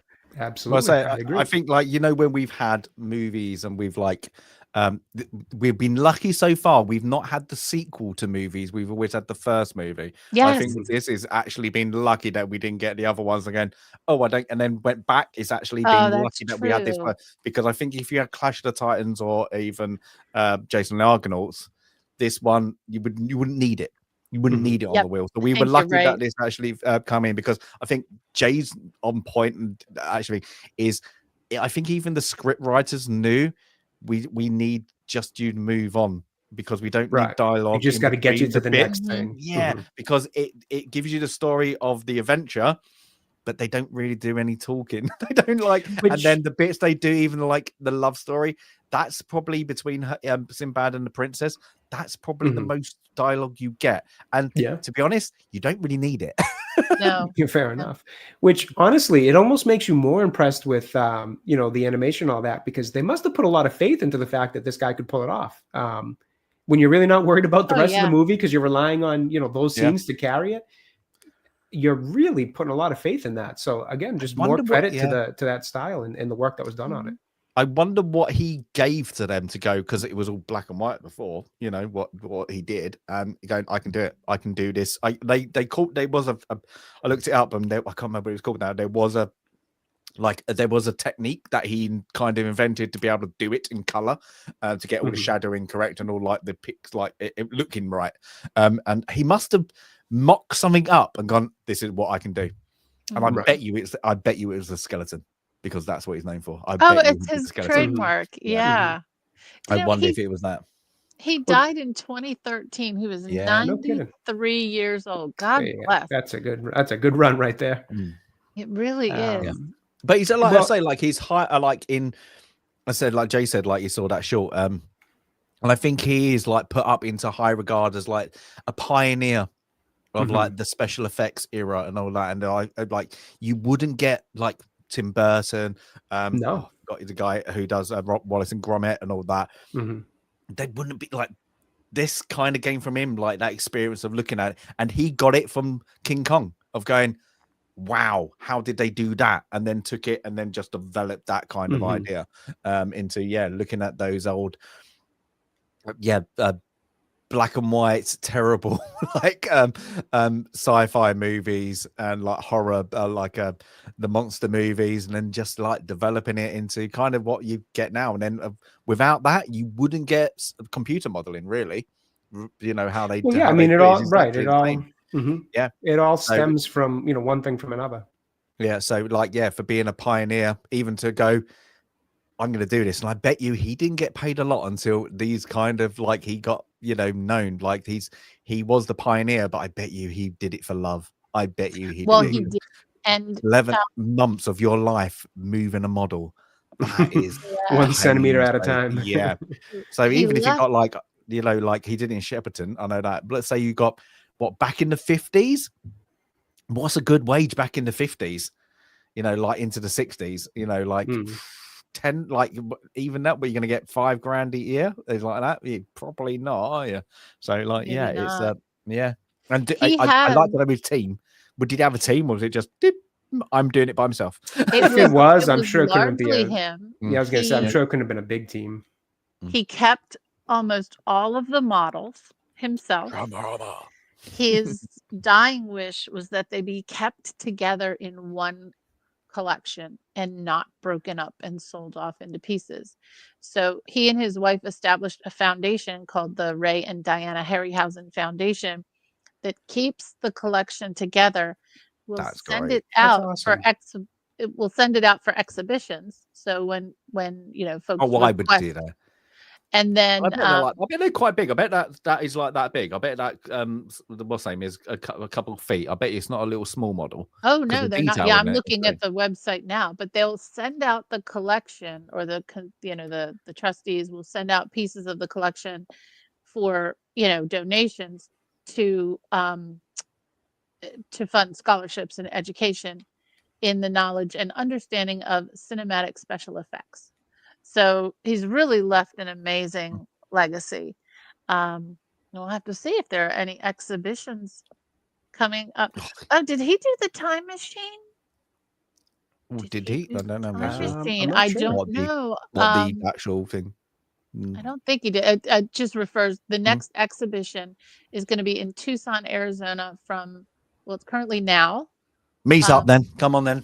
Yep. Now until I won't be going because my white pasty skin will burn in Arizona. Yeah, that's a tough, and that'd be tough winter. area. But it's in Tucson, Arizona until May 3rd of next year. Nice. Okay. Very cool. That is actually that would actually be quite Yeah, cool. and I mentioned it because the it? name of it is the Time Machine of Miniatures. Okay. No, it's just his. Yeah. So anyway, no, he was clever though. He was like good enough to not go, yeah, we don't need it anymore, and destroy it. They were like, keep. Like, I hate Hollywood today. They get rid of everything. They get rid of like all the costumes. They recycle it and all that. But there's certain ones you like need to keep that. And it seems like now some of the actors go, I'm nicking that like that. Like Ryan Reynolds is known. I'm gonna take like this walked prop, off that set, one. didn't he? He walked off set with his costume from I was going to say Daredevil. Deadpool. From, Deadpool. yeah, he just walked off set, and they were like, "Is he coming back?" I'm like, "No, I didn't know that. That's funny. Funny. He just like no, because I knew you. Like, and he said, "I knew they were going to destroy it." Yeah, well, they'll destroy it. It'll be different in the next movie, anyways. Yeah, why not hold on to it? It's cool. Enough set. I do like that. So yeah, it's a thing. I do like it. Like, sorry, what's that? That is called Diamorama. It's like that, and the thing Diamorama. It's like, what is that? It's like I do like that kind of the old style. When they had it, like, what was it Technicolor? Isn't it? It's in Technicolor, and they're like, like, does it matter now? We don't even get that. Like, what's the most? It's the IMAX, isn't it? But I don't say it in the trailer. It's now in IMAX. No, in IMAX. Now in Smell-O-Vision, they even had that for a time. Or 3D. There was one there was ones. Oh my god! Kraken. Did you ever get this in America? That there was like when adverts were adverts. When they were like, oh, this new advert for like we get like the Christmas ones, and you get Super Bowl ones, and they sent around literally most houses a scratch and sniff. No, so you would watch the advert, get 3D glasses for something, and you would smell what they were selling on the screen. Wait a minute, that kind of sounds familiar. More in like I could have sworn maybe they did that on like Nickelodeon at one point for like some cartoon. I want to say it was like SpongeBob back in the day, where it's like, oh, if you get this thing and you watch this episode. That sounds vaguely familiar. I swear they did. And then you're something like, like can't smell anything. I can't smell it. Yeah, and it all just smelled the same, and none of it smelled like really anything. I swear they did something like that. A Smell-O-Vision episode of SpongeBob. They may have. They did a movie like in the late 80s. There was something on television that was going to be, quote, the first 3D movie on a regular television. And they sent everyone like, or you had to go to, I think you had to go to 7-Eleven and get your free 3D glasses, and it didn't work. Everybody, the whole world was wearing these 3D glasses in 87 or something, and it's like it didn't work. But this is him, and this is the Kraken from Clash of the Titans. Release the Kraken! That's at least 3 feet tall, right? I mean, that's yeah, that's some details. Yeah, so that's you from actually his website, his foundation website. So check That's- that out. that I is so encourage everyone cool. to go to I the. wonder what he's like. It's got to be like a wire casing, then what? Some weird plasticine, kind of like silicone kind of thing. plaster Yeah, or It's gotta be clay very or movable, right? silicone. Or Yeah. moldable. yeah, and then he has to paint it, and then like because the eyes they look jelly, Yeah. like in later ones they actually look like like eyeballs. So it's quite it's It's probably things. got joints, movable joints and things to hold on to it. And they're quite heavy, by the way. So I I can imagine. I did look a little bit into this, and when you think about it, the key to having to being able to, make the very slow movements, small movements, is to have a really heavily weighted model so that it doesn't move on its own. It doesn't get blown over. So it has to be really heavy so it holds its shape as it goes along. So yeah, I just realized this is Daryl again. Willing He wants that willing for a western. So I just quickly looked it up, and there was in fact a promotion back in the day where Nickelodeon sent out little scratch and sniff cards and like cereal boxes, and if you got one and you watched that episode of SpongeBob, there'd be a cue on the screen to sniff the card when neat when that happened. So It's I knew like that it rang a bell. I'm like, I swear there was something like that when I was a kid. But yeah, that was the best version of it we got. It's good marketing, wasn't it? Like you got you to go and get something. Well, you go get the cereal box, then you tune into Yeah. the show. It all worked as a kid. It and like certainly worked. 3D, and like I say, I don't like 3D movies. I like No, it I was don't. fun at first. I did enjoy it at first. Yeah. Like to this day, I'll say Maybe go, watching Avatar, like the James Cameron version, not the Avatar: The Last Airbender. Watching Avatar in IMAX 3D was honestly a really cool experience back in the day. But then it just became like they plastered it all over every single movie. That it was like, does this movie need 3D? And it just the novelty wore off very quickly. Yeah. Well, it's like when Dread, like I do like that movie. Is like they released it in 3D to do 3D. And it's a movie that doesn't need 3D, but it was kind of everybody was doing it, and that's why it lost money, because you just went for 3D. You did loads of 3D effects, but that 3D effects, as it goes, because they did that kind of the drug kind of slowing down with the glitter in. I think I can't remember what the drug is called. It kind of works, but it's not needed. It's just like, yeah, thanks. I could have watched it in 2D and I got the same kind of concept. It's like there's not much you're gonna do, and like they've tried even the 4D where your seat moves, haven't they? You ever been one of those? It's just I've seen those in California. I don't remember having them here. Yeah, you get sprayed with water when they're in the rain, and or like wind. Moves. Yeah. It's just like, no, just give me. It was all just too gimmicky. None of it ever really. You'd be really pissed off, wouldn't you, if your chair started moving, you didn't realize you had like a beer or something, like all over you, like flashing it over everyone.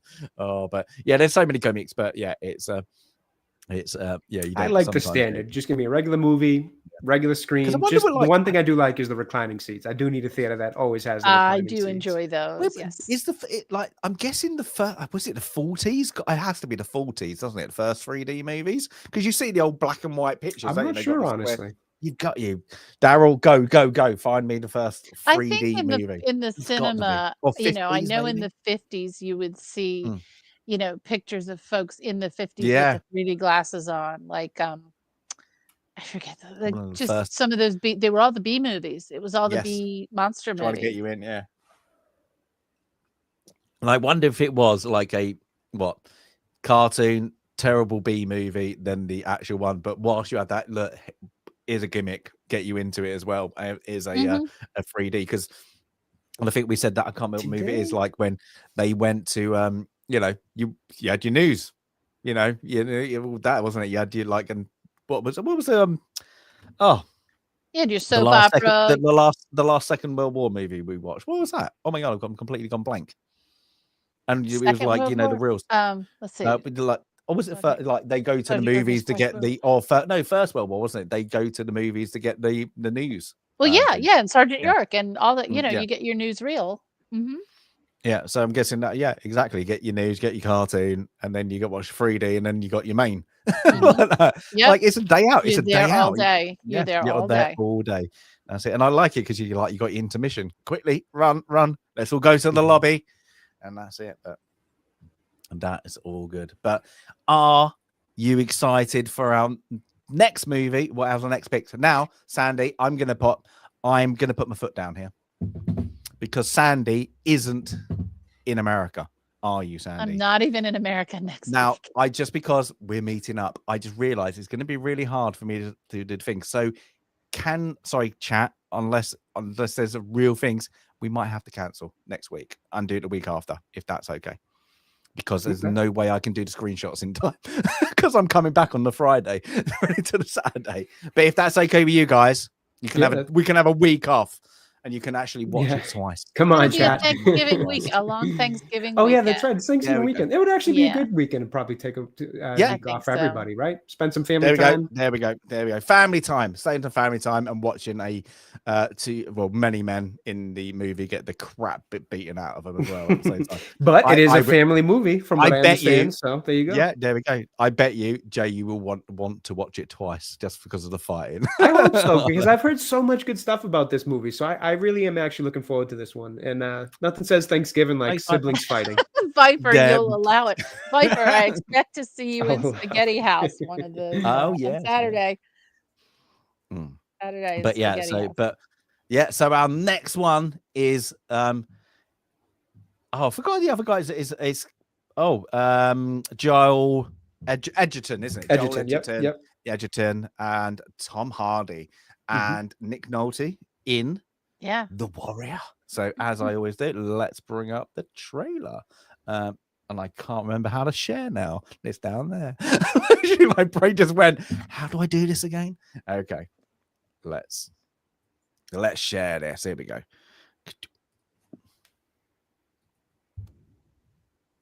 And this time, not press play.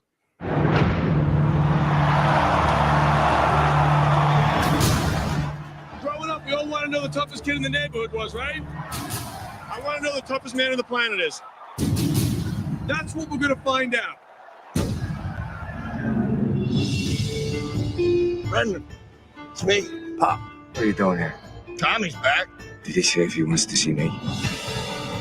I'm proud of you, Tommy. What you did for that kid didn't tank. What was I supposed to do? Let him drown? Tommy Reardon, you saved my life. Look, Brendan, the bank has got to go by the new appraisal figures. You're upside down on your mortgage. How much do you need? I didn't come in for long, Frank. I was hoping that you would train me. Are you serious? Do it! I thought we agreed that we weren't going to raise our children in a family where their father gets beat up for a living. Brendan, you're a teacher. You got no business in the ring with those animals. Actually, I used to be one of those animals. Guess I forgot to put that down on my application. There's this big tournament. Top 16 middleweights in the world. And when it takes all, I'm gonna need a trainer of that much you were good at. Frank, I need this. I got a family to protect. Everything I do is for them. What's going on up here? Daddy is now a princess. Mom needed you. I needed you. You're my big brother. You bailed on me. I was a 16-year-old kid. What the hell did I know? You had a choice, okay? You had a choice. War hero Tommy Reardon, who has become an overnight sensation, and Brendan Conlon, the physics teacher, they pulled off a miracle. You can do this. What do you say? You can do this. You got him! This is impossible! The two men fighting for the championship tonight are brothers! Go on!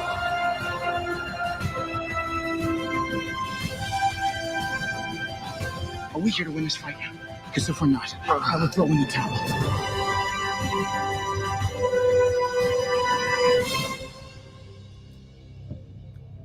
Ooh, I'm excited. Yeah, I am really excited to watch this one. This looks really good. It's quite funny because we just Jay just finished the whole of House, redid the whole of House, and Joel Edgerton's wife in that is the Doctor out of house. I just realized. no kidding. Like that. So yeah, but that was a grind. Watching All House, bang. You know, I've been meaning to stop because I used to watch that in bits and pieces when it was like on cable actually running.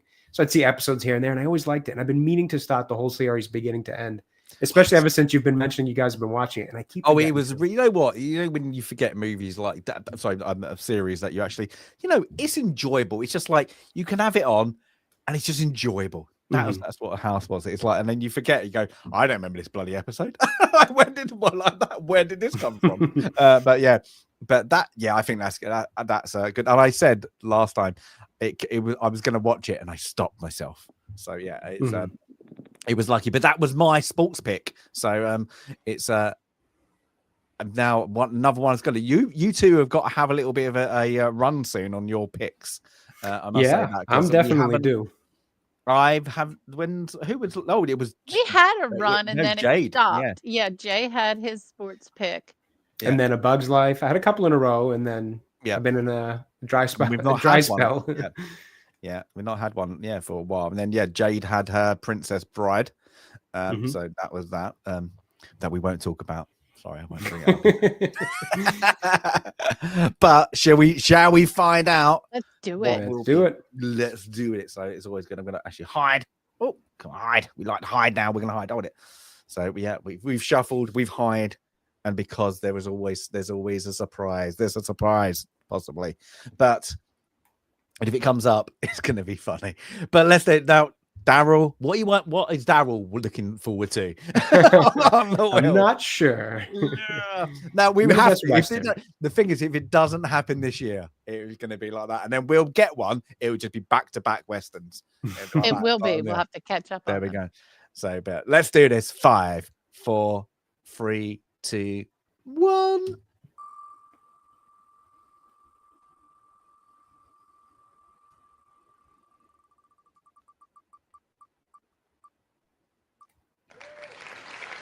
Ooh. There we go. You asked for it. You get it. Comedy film, huh? Oh my!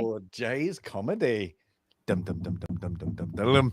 Okay. I got it immediately because I always say it's an incredibly underrated comedy. Hold it. What is it? I got it immediately. Okay. Me, Myself, and Irene. I've always loved this movie, and I think it's one of Jim Carrey's most underrated comedies. I've never seen it. Really? I've never seen it. Okay. It's very edgy, so we'll have to be a little careful on some of the jokes. But the milking I'm gonna have to skip over, aren't we? Yeah, there's a few we're gonna have to just glaze right over. Now this trailer might not be suitable for that I don't know. But this one came instantly because I always say this is one of his most underrated ones from that era. I find this movie to be hilarious. That was very quick. That you picked that very quick. Just the fact that I'm always not boasting about it, but just always promoting it, saying that I think it's incredibly underrated. Because I almost went Dumb and Dumber because it's one of my favorites. I do love that one, and I'm not a huge Jim Carrey fan. That's the weird thing. But those two specifically, in terms of his comedies, Dumb the other day. Well, not so much that I'm not a fan. I got no really issue with the guy or anything like that. More so just his like Ace Ventura never did it for me.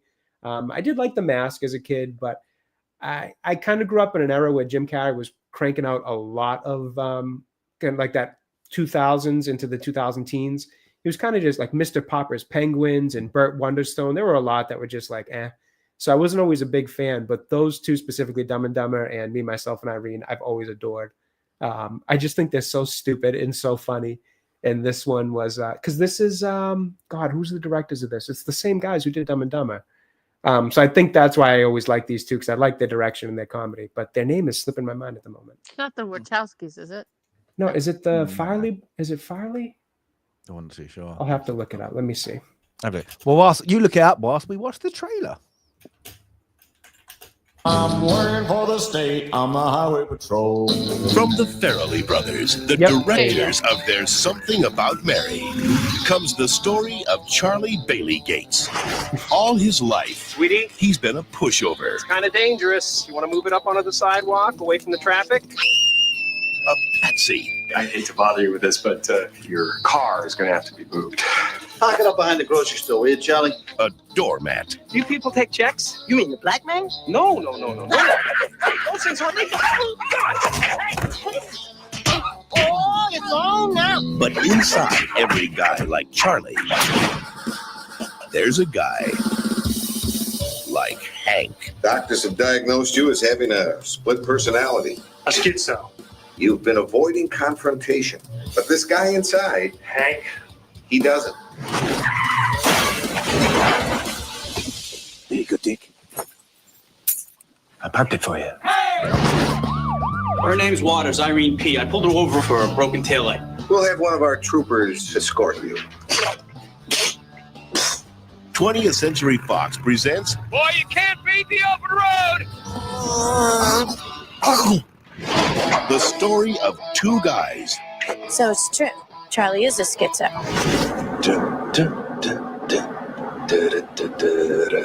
trapped in one body. What the hell are you still doing here? you can't get rid of me, Hank. Hey! You're only hurting yourself! In love with the same girl. I never wanted to sleep with you, Hank. You tricked me. Come on, don't be mad. I warned you about that, buddy. Warned me about what? Charlie? Jim Carrey. Look, I'm not here to twist your niblets. What? Sound good, candy bands.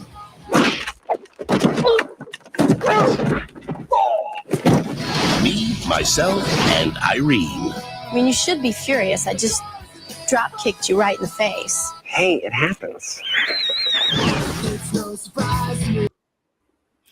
That trailer is such a shame because it has to clean up the funny, like, because the funny parts of the movie are much more pushing the limits, stuff you wouldn't, inappropriate. There are some. So they really focus just on like the Jim Carrey doing the Jim Carrey physical stuff. The real humor is much better than that.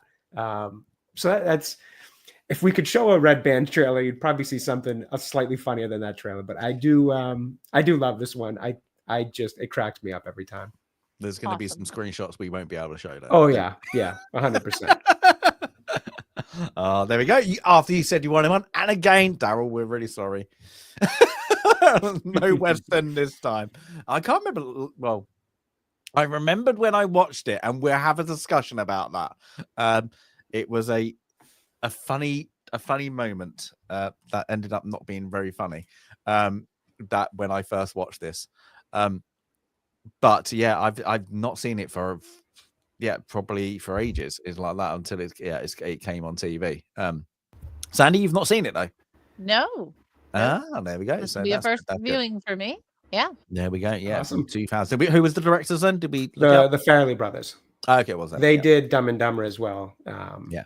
I was pretty sure, but I just couldn't remember because I always want to say the Coen brothers, and I know it's not, but there's not a ton of brothers directing in Hollywood, so I always just get the two confused. I must say, not so much confused, but forget the second group. Dumb and Dumber. Well, I didn't watch it all. It was just the scene where the hot chilies, in the bar. Were in the and then going for the toilet in like that. Tic Tac, sir. I do love Dumb and Dumber. I wanted to do that one, but I felt like more people have always seen Dumb and Dumber. So it felt like what else? What was else on your list then? What was it? Honestly, I hadn't even started working on the comedy side of it. That one just kind of instantly came to me because my favorite one is Dumb and Dumber. I love that movie. It's so stupid as it's intended to be, but it's just so funny. And I love Jeff Daniels and Jim Carrey together. I think I didn't watch the sequel. I wasn't really interested in it. And I heard it wasn't that good, but that original, I just think they're so good together. But I feel like everyone's watched that one. And I had a feeling maybe some people haven't seen me, myself, and Irene, because I'm always going around saying, you've never seen it? You got to see it. It's underrated. So I figured why not go with one maybe people haven't seen as much. Sandy, are you a fan of Jim Carrey? I am. I am. Did you get the show in living color? Yes. Yep. Right, Stasis. Yep. I don't know. James, did you get it? It was basically like SNL, Saturday Night Live, but just like a different brand of it. It was Jim Carrey's the Wayans brothers, I believe, debut, and the Wayans brothers. Oh no, we don't think we do. No, the Fly Girls, and there was another. It was kind of like It was a lot like SNL, just a different. It was really different theme. raunchy. It's Yeah, kinda it was a little raunchy. bit more. It was kind of like what led to Mad TV, which was also the Yes. sketch comedy. Not that I would say, I don't know if it led to it or not, but it was almost like Mad TV was kind of the spiritual successor to it in a way that it was a little bit raunchier than SNL has ever really been. In Living Color. In Living Color. And now the Tommy song's gonna be in my Davidson, head. a lot of actors. Yeah. Jamie Foxx, I You think, can might have do spent some what you time on it. wanna do in Living Color. Yep. He's Canadian. Yep. Jim Carrey's Living Canadian. Color. He was Canadian. Yeah, he was. It was an American Was it a show. Canadian TV? Oh, American. No, show. it was an American show. Never heard of it. It was Firefighter Jim, Fire Chief Jim. Yes. Oh man, I forgot about that bit. Oh, Is God. it taking you back? I still get it to every so often. It'll show up on my shorts feed, like the time Jim Carrey got the whole cast to break in a sketch, and it's always just so funny. I was a bigger fan of him back then in the 90s, early 2000s. I think before he started kind of turning on some of the lesser movies. Yeah, I think I got introduced. A Mask is probably the first time I got introduced to Jim Carrey. That's probably the same for me. I actually found In Living Color on reruns when I was a teenager. Yeah, it was on a rerun channel. Yeah, I didn't. I'm see guessing it that is his first big one, wasn't it? Because I know I he want to did. say Ace Ventura. I thought was before Mask. Or was Mask first? I don't know what order they're in. Yeah, I was going to say Ace Ventura is where I think I first remember him. Look. I've actually got IMDb pulled up, so I'll take a quick look. And then I actually liked him playing Andy Kaufman in. Man on the Moon. I really enjoyed that one as well. I thought that he was does a great really job well at it. done. I don't like that movie only because I didn't get it because I didn't get Andy Kaufman. And that's the thing. You have to have understood the weirdness. Like, I only knew Andy Kaufman from Taxi, from the reruns of the TV show Taxi.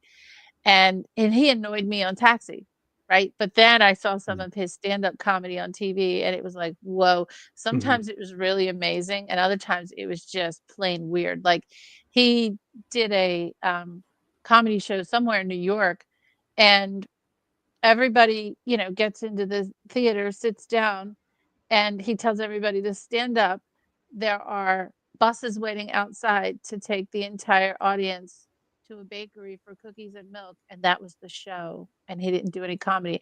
Half the audience loved it, half the audience hated him. They're like, come here to go on a bus to eat cookies and milk. We hate him. But that's the kind of he was weird.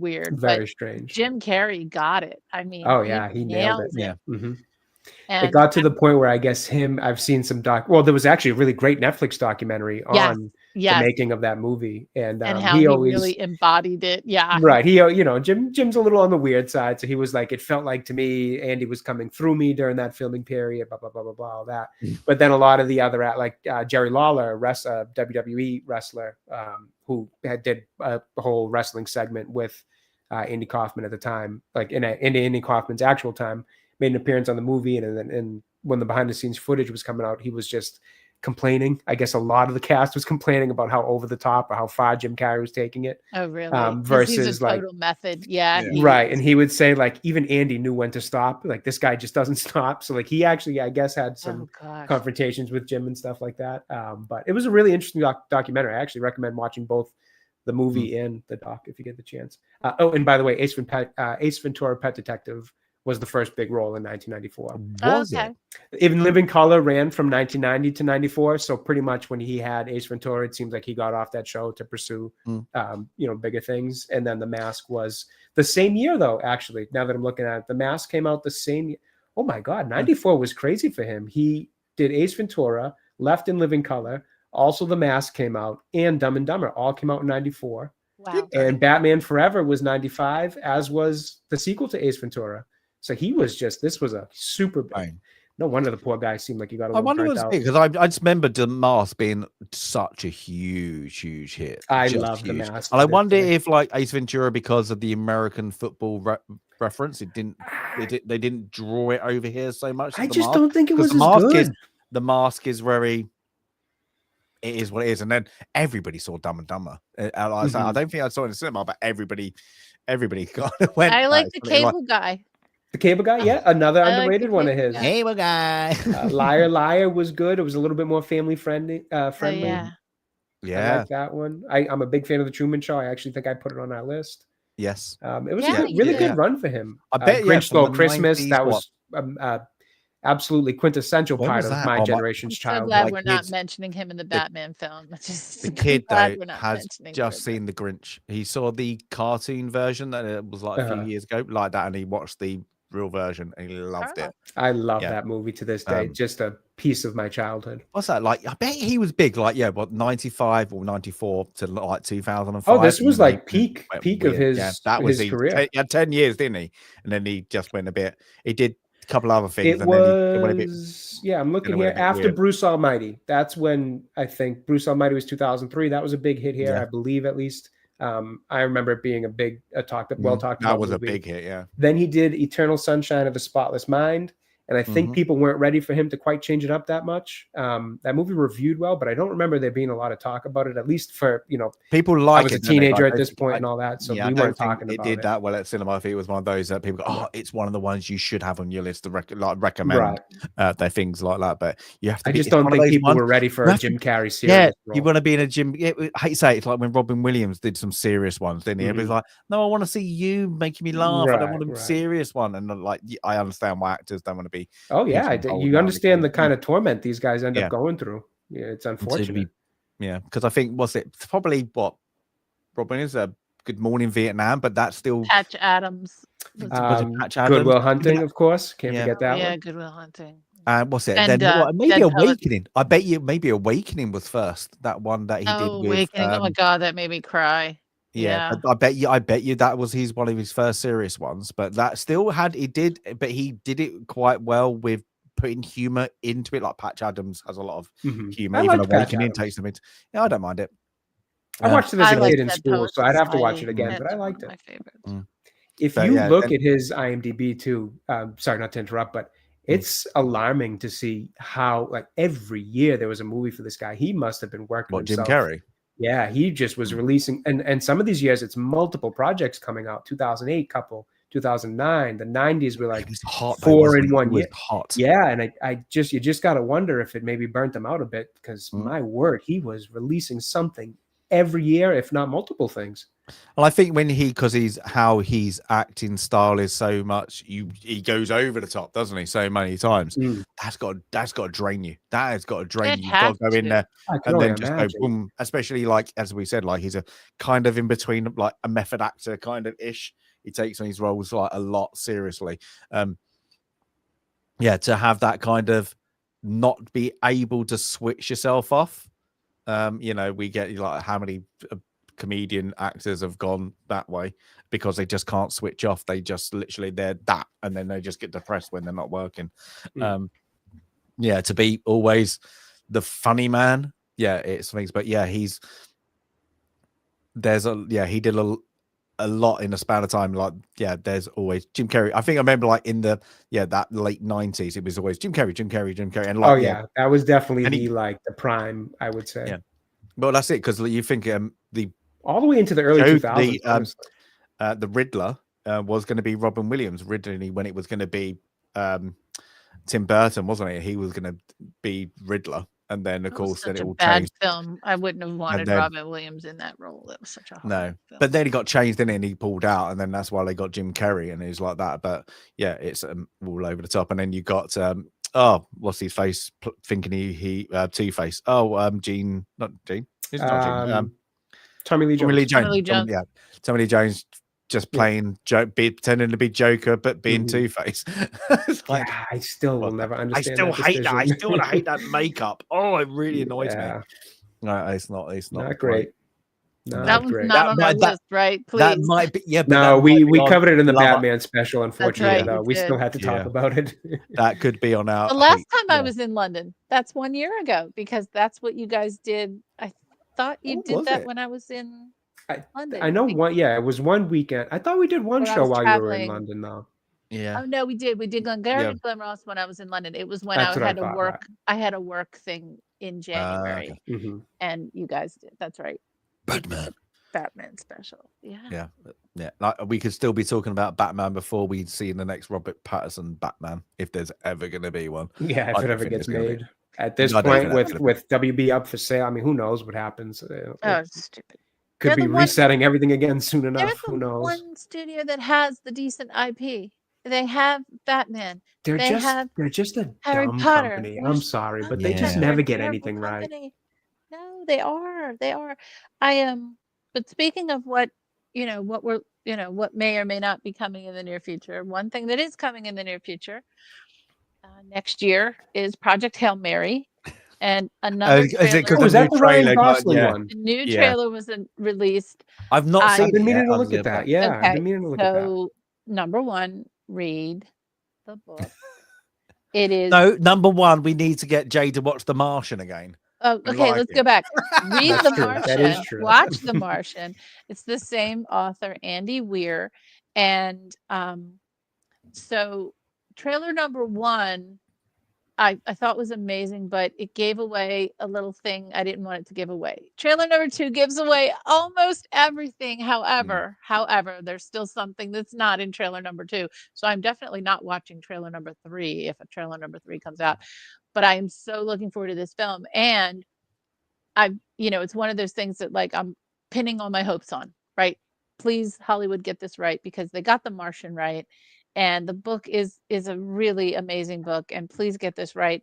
Well, Critical Drinker did a video last week basically saying everything I'm feeling. Like, he saw the second trailer.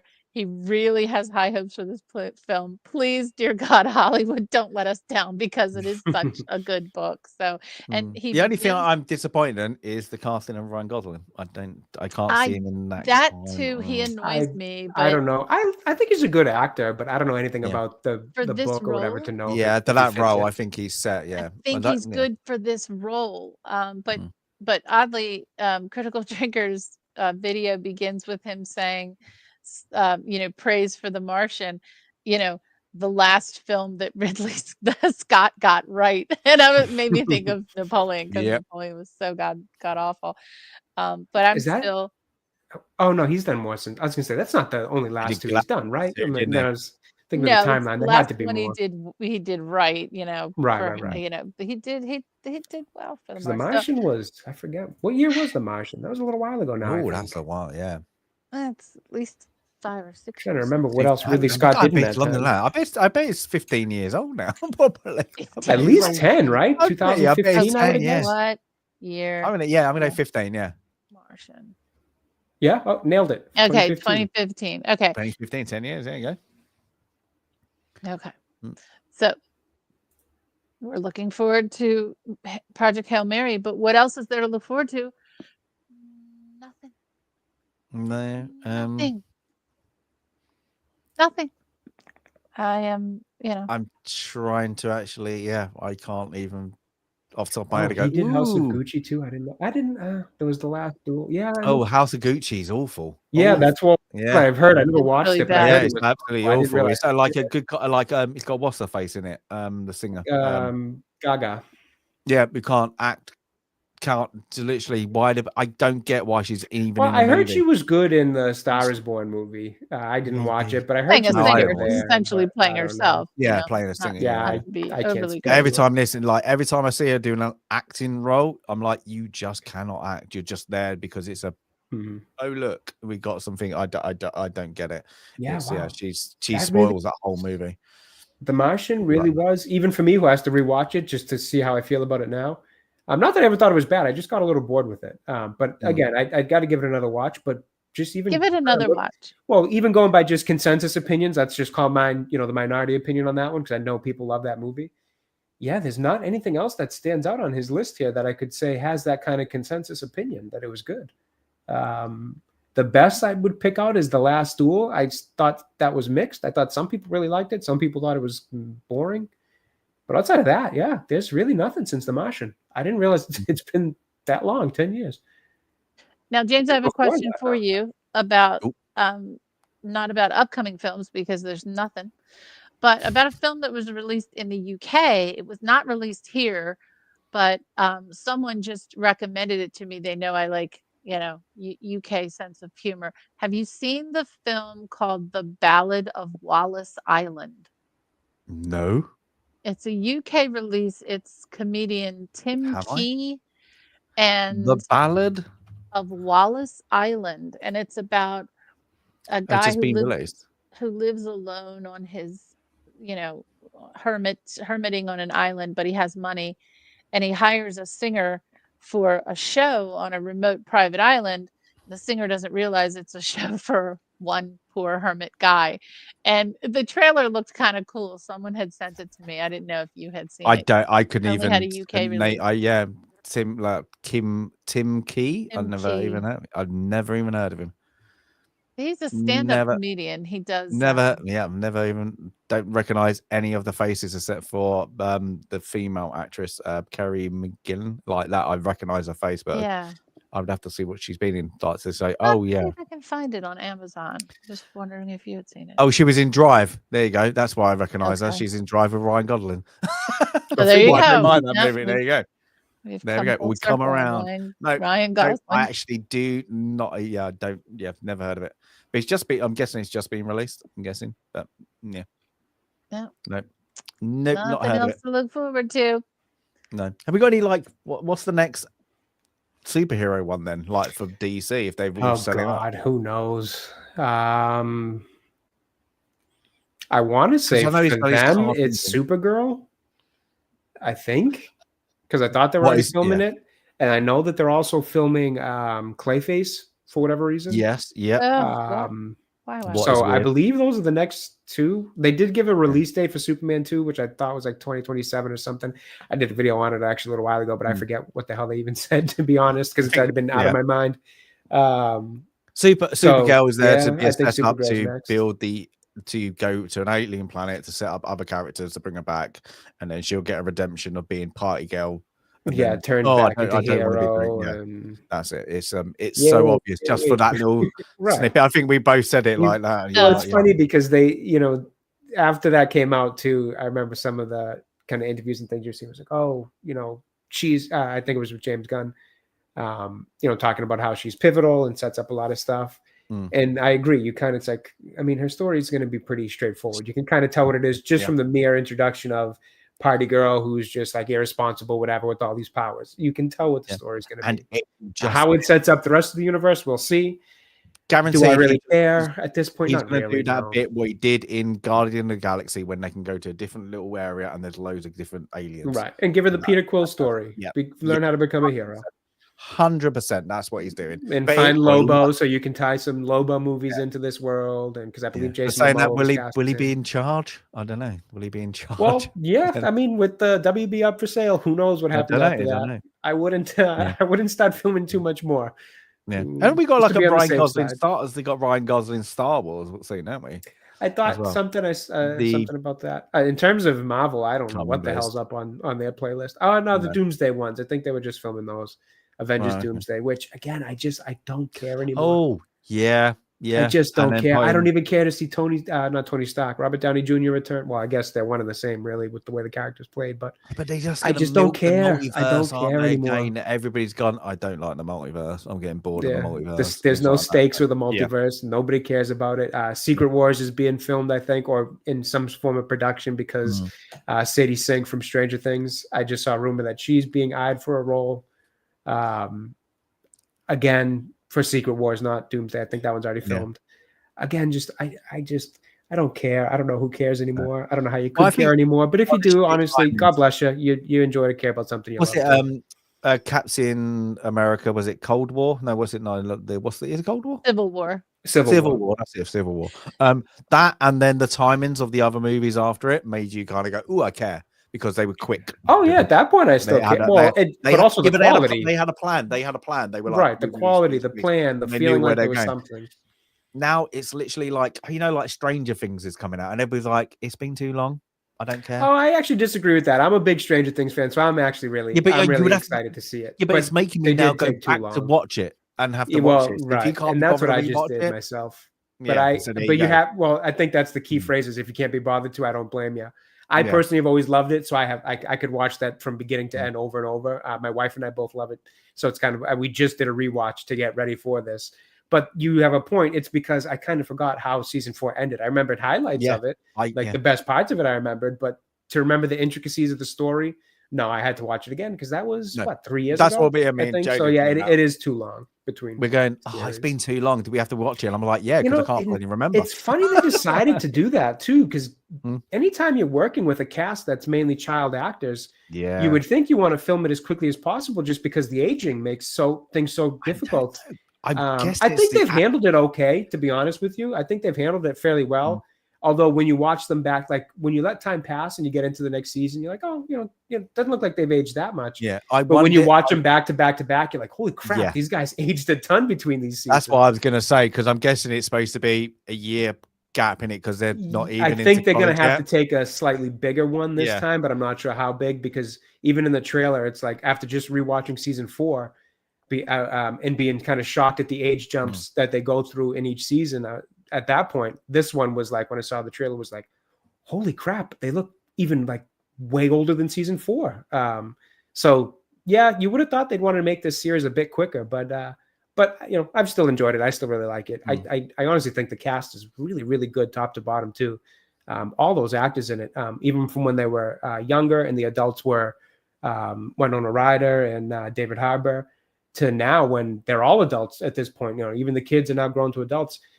They're all really, really talented in terms of the acting in that show. I don't know a ton of their work outside of it, unfortunately, so I can't speak to how they've done elsewhere in their careers, but I think they do phenomenal jobs in those roles. So needless to say, I'll be reviewing season 5. To watch it. I've not watched the clip. I know they released a 5-minute clip.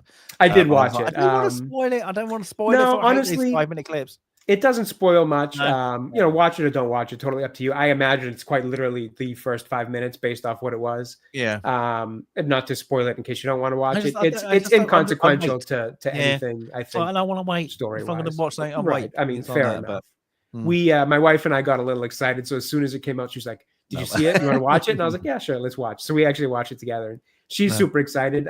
She's not a huge get excited about movies or shows person. But when she finds one she likes, she does. And this is one that it's so funny to see her. She's even kind of reviewing this because we got a little off track on our rewatch. So she got ahead of me.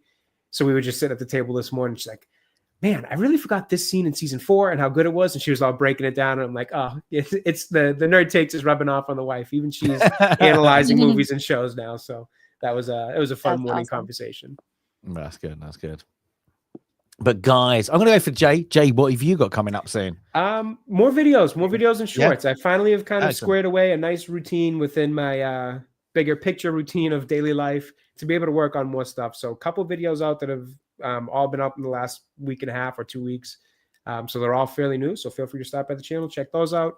More video game shorts, things like that, of just sharing some fun gameplay and hopefully at some point adding some live streams to it all, but definitely getting more activity on the channel, which has been appreciated because the algorithm did not like me when I first started a couple of weeks ago. My videos were getting crushed and I was like, I don't understand what's going on. So then I kind of paid my tribute to the shorts algorithm, and it seems to be helping out a bit. So everything's kind of getting a little bit back to normal. If you forget YouTube, it will quickly forget you. Yeah, that's the thing. And it's like, damn, YouTube, I just had a kid. Give me some give me a week. That's the thing. If you don't, if you have like a couple of days off, they're like, no, strike. Yeah, it was alarming. It's like, oh crap, man, haven't had a video do that in a while.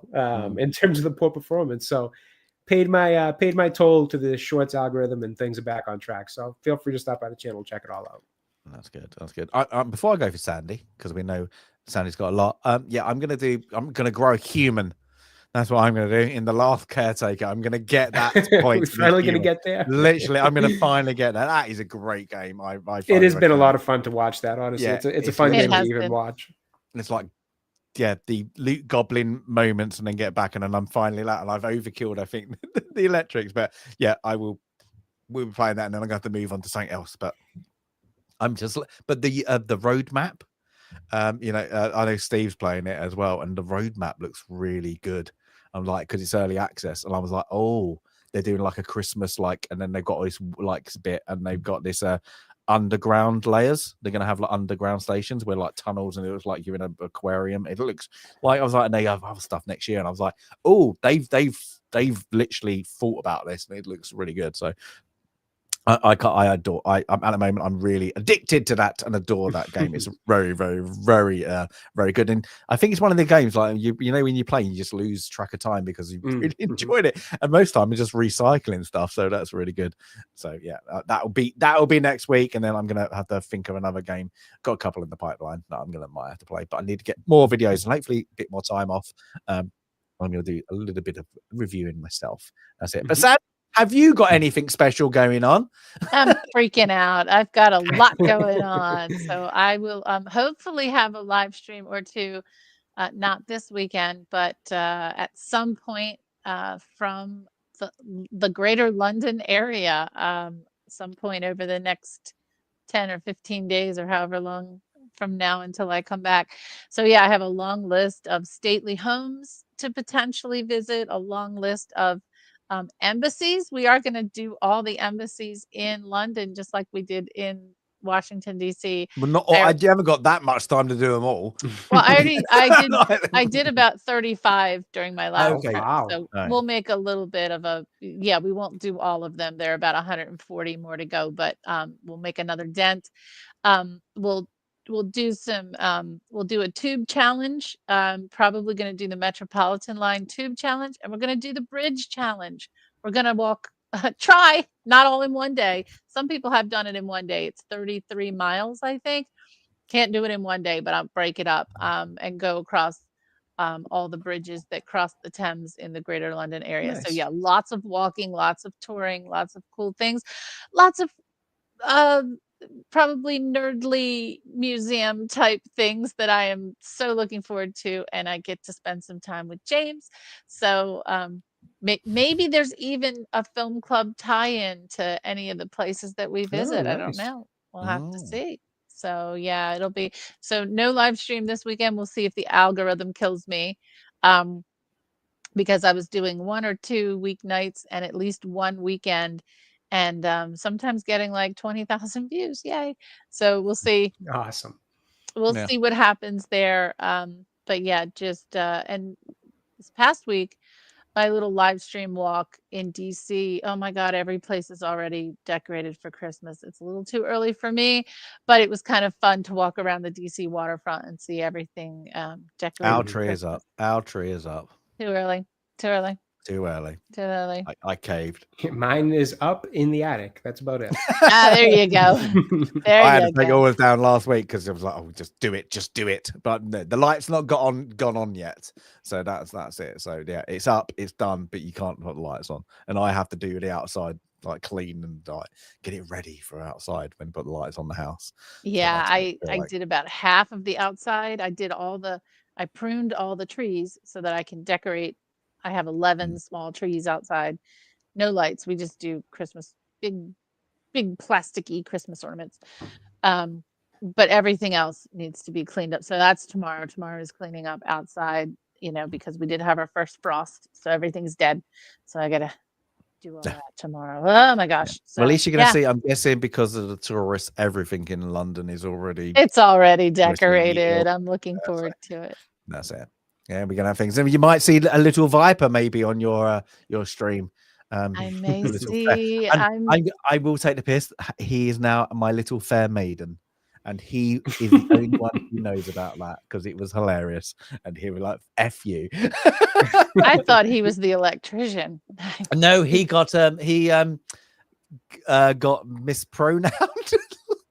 The best way ever, and it wasn't on my stream. But yes, and I'm guessing because he plays a lot of his gaming as a lady, so they thought he was a lady. That does that. That's it. Misgendered. He was misgendered. Or were you? And I said, unless you don't know, you know what Viper looks like. It was very, very hilarious. So yeah. So maybe, but I did give him like he can have a little outfit. So when you meet up, maybe you could out him and say, no, look, right. For those who don't know, Viper is hugely tall, and I'm hugely short.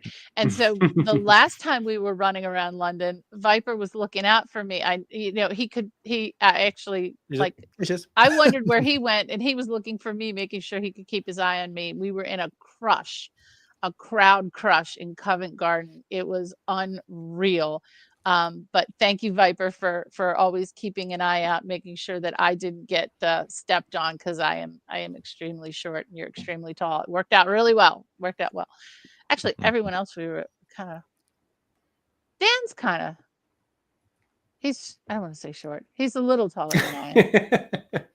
He's Viper 5'8", isn't he? He's 5'8", 5'8". Viper wins for the height. Yeah. Yeah, he is short. Yeah, Dan, Mr. Porkchop, 5'8". Greg's got to be 5'7", I think.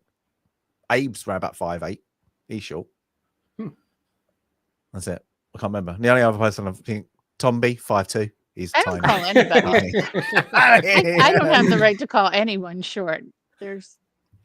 I'm 6 feet, and I always get annoyed because whenever you tell people you're 6 feet, everybody just thinks you're somebody who's 5'11", claiming to be 6 feet, because that's apparently a thing that happens.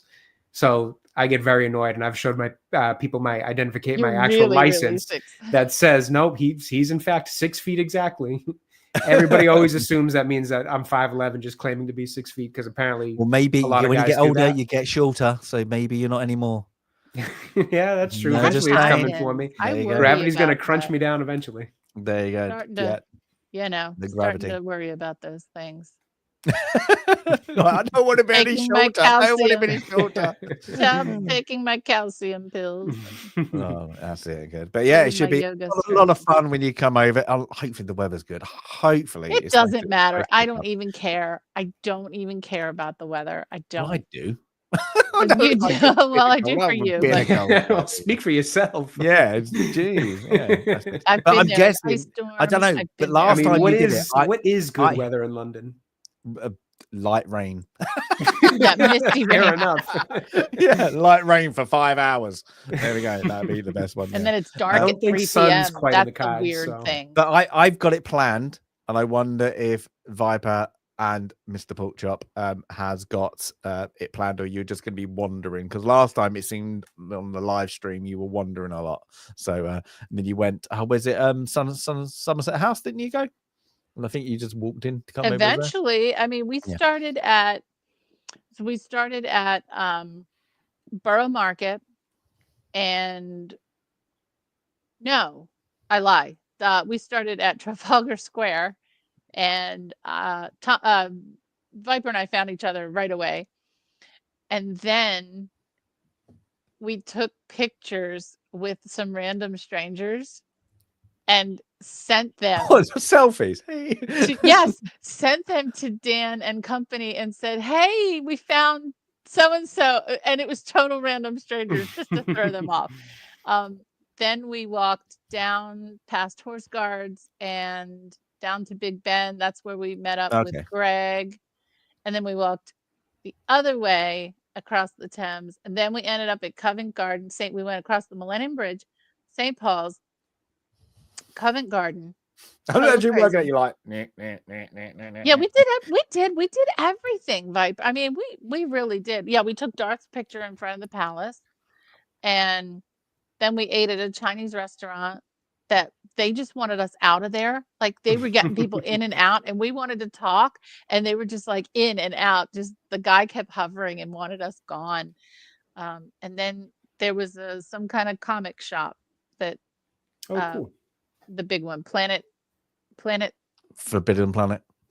Is that it, Viper? Whatever that was, that's where everybody ended up last. So yeah, it was all day long. It was all day. We got good steps in that day. Well, I'm glad that Dan and no Viper arranged it all for you this time again. So well, we're not doing it. We're not doing it. Sadly, for anyone we're not doing a meetup.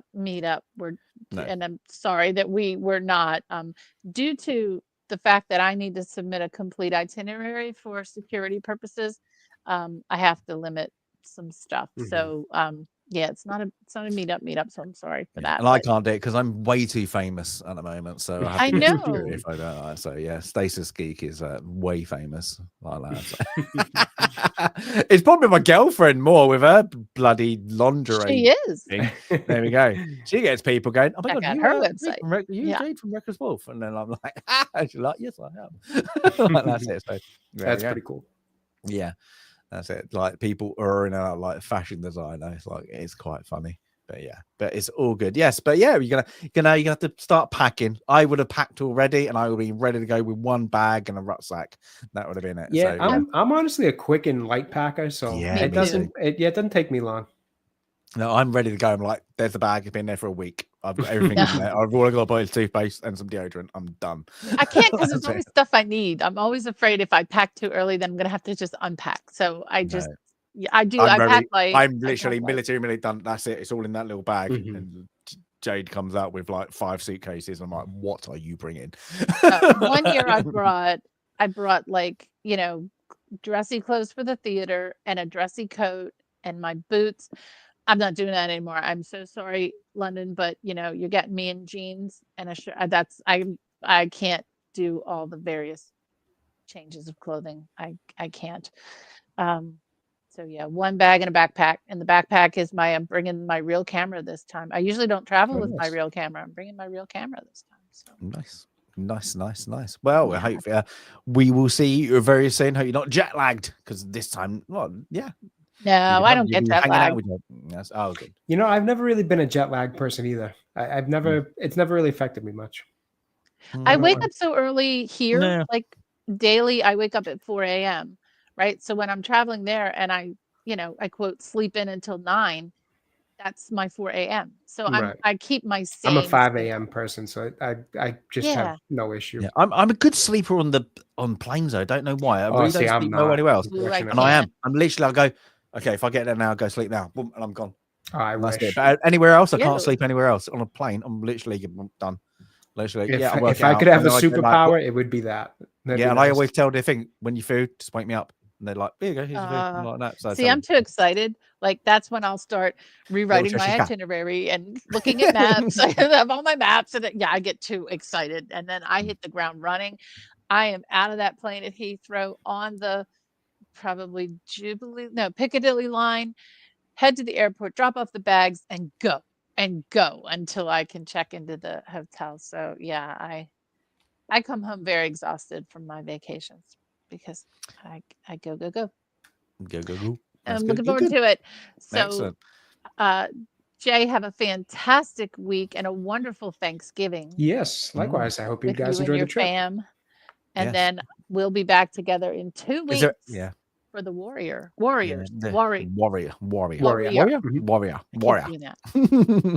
I would recommend watching it beforehand. I think you like it. I think you would.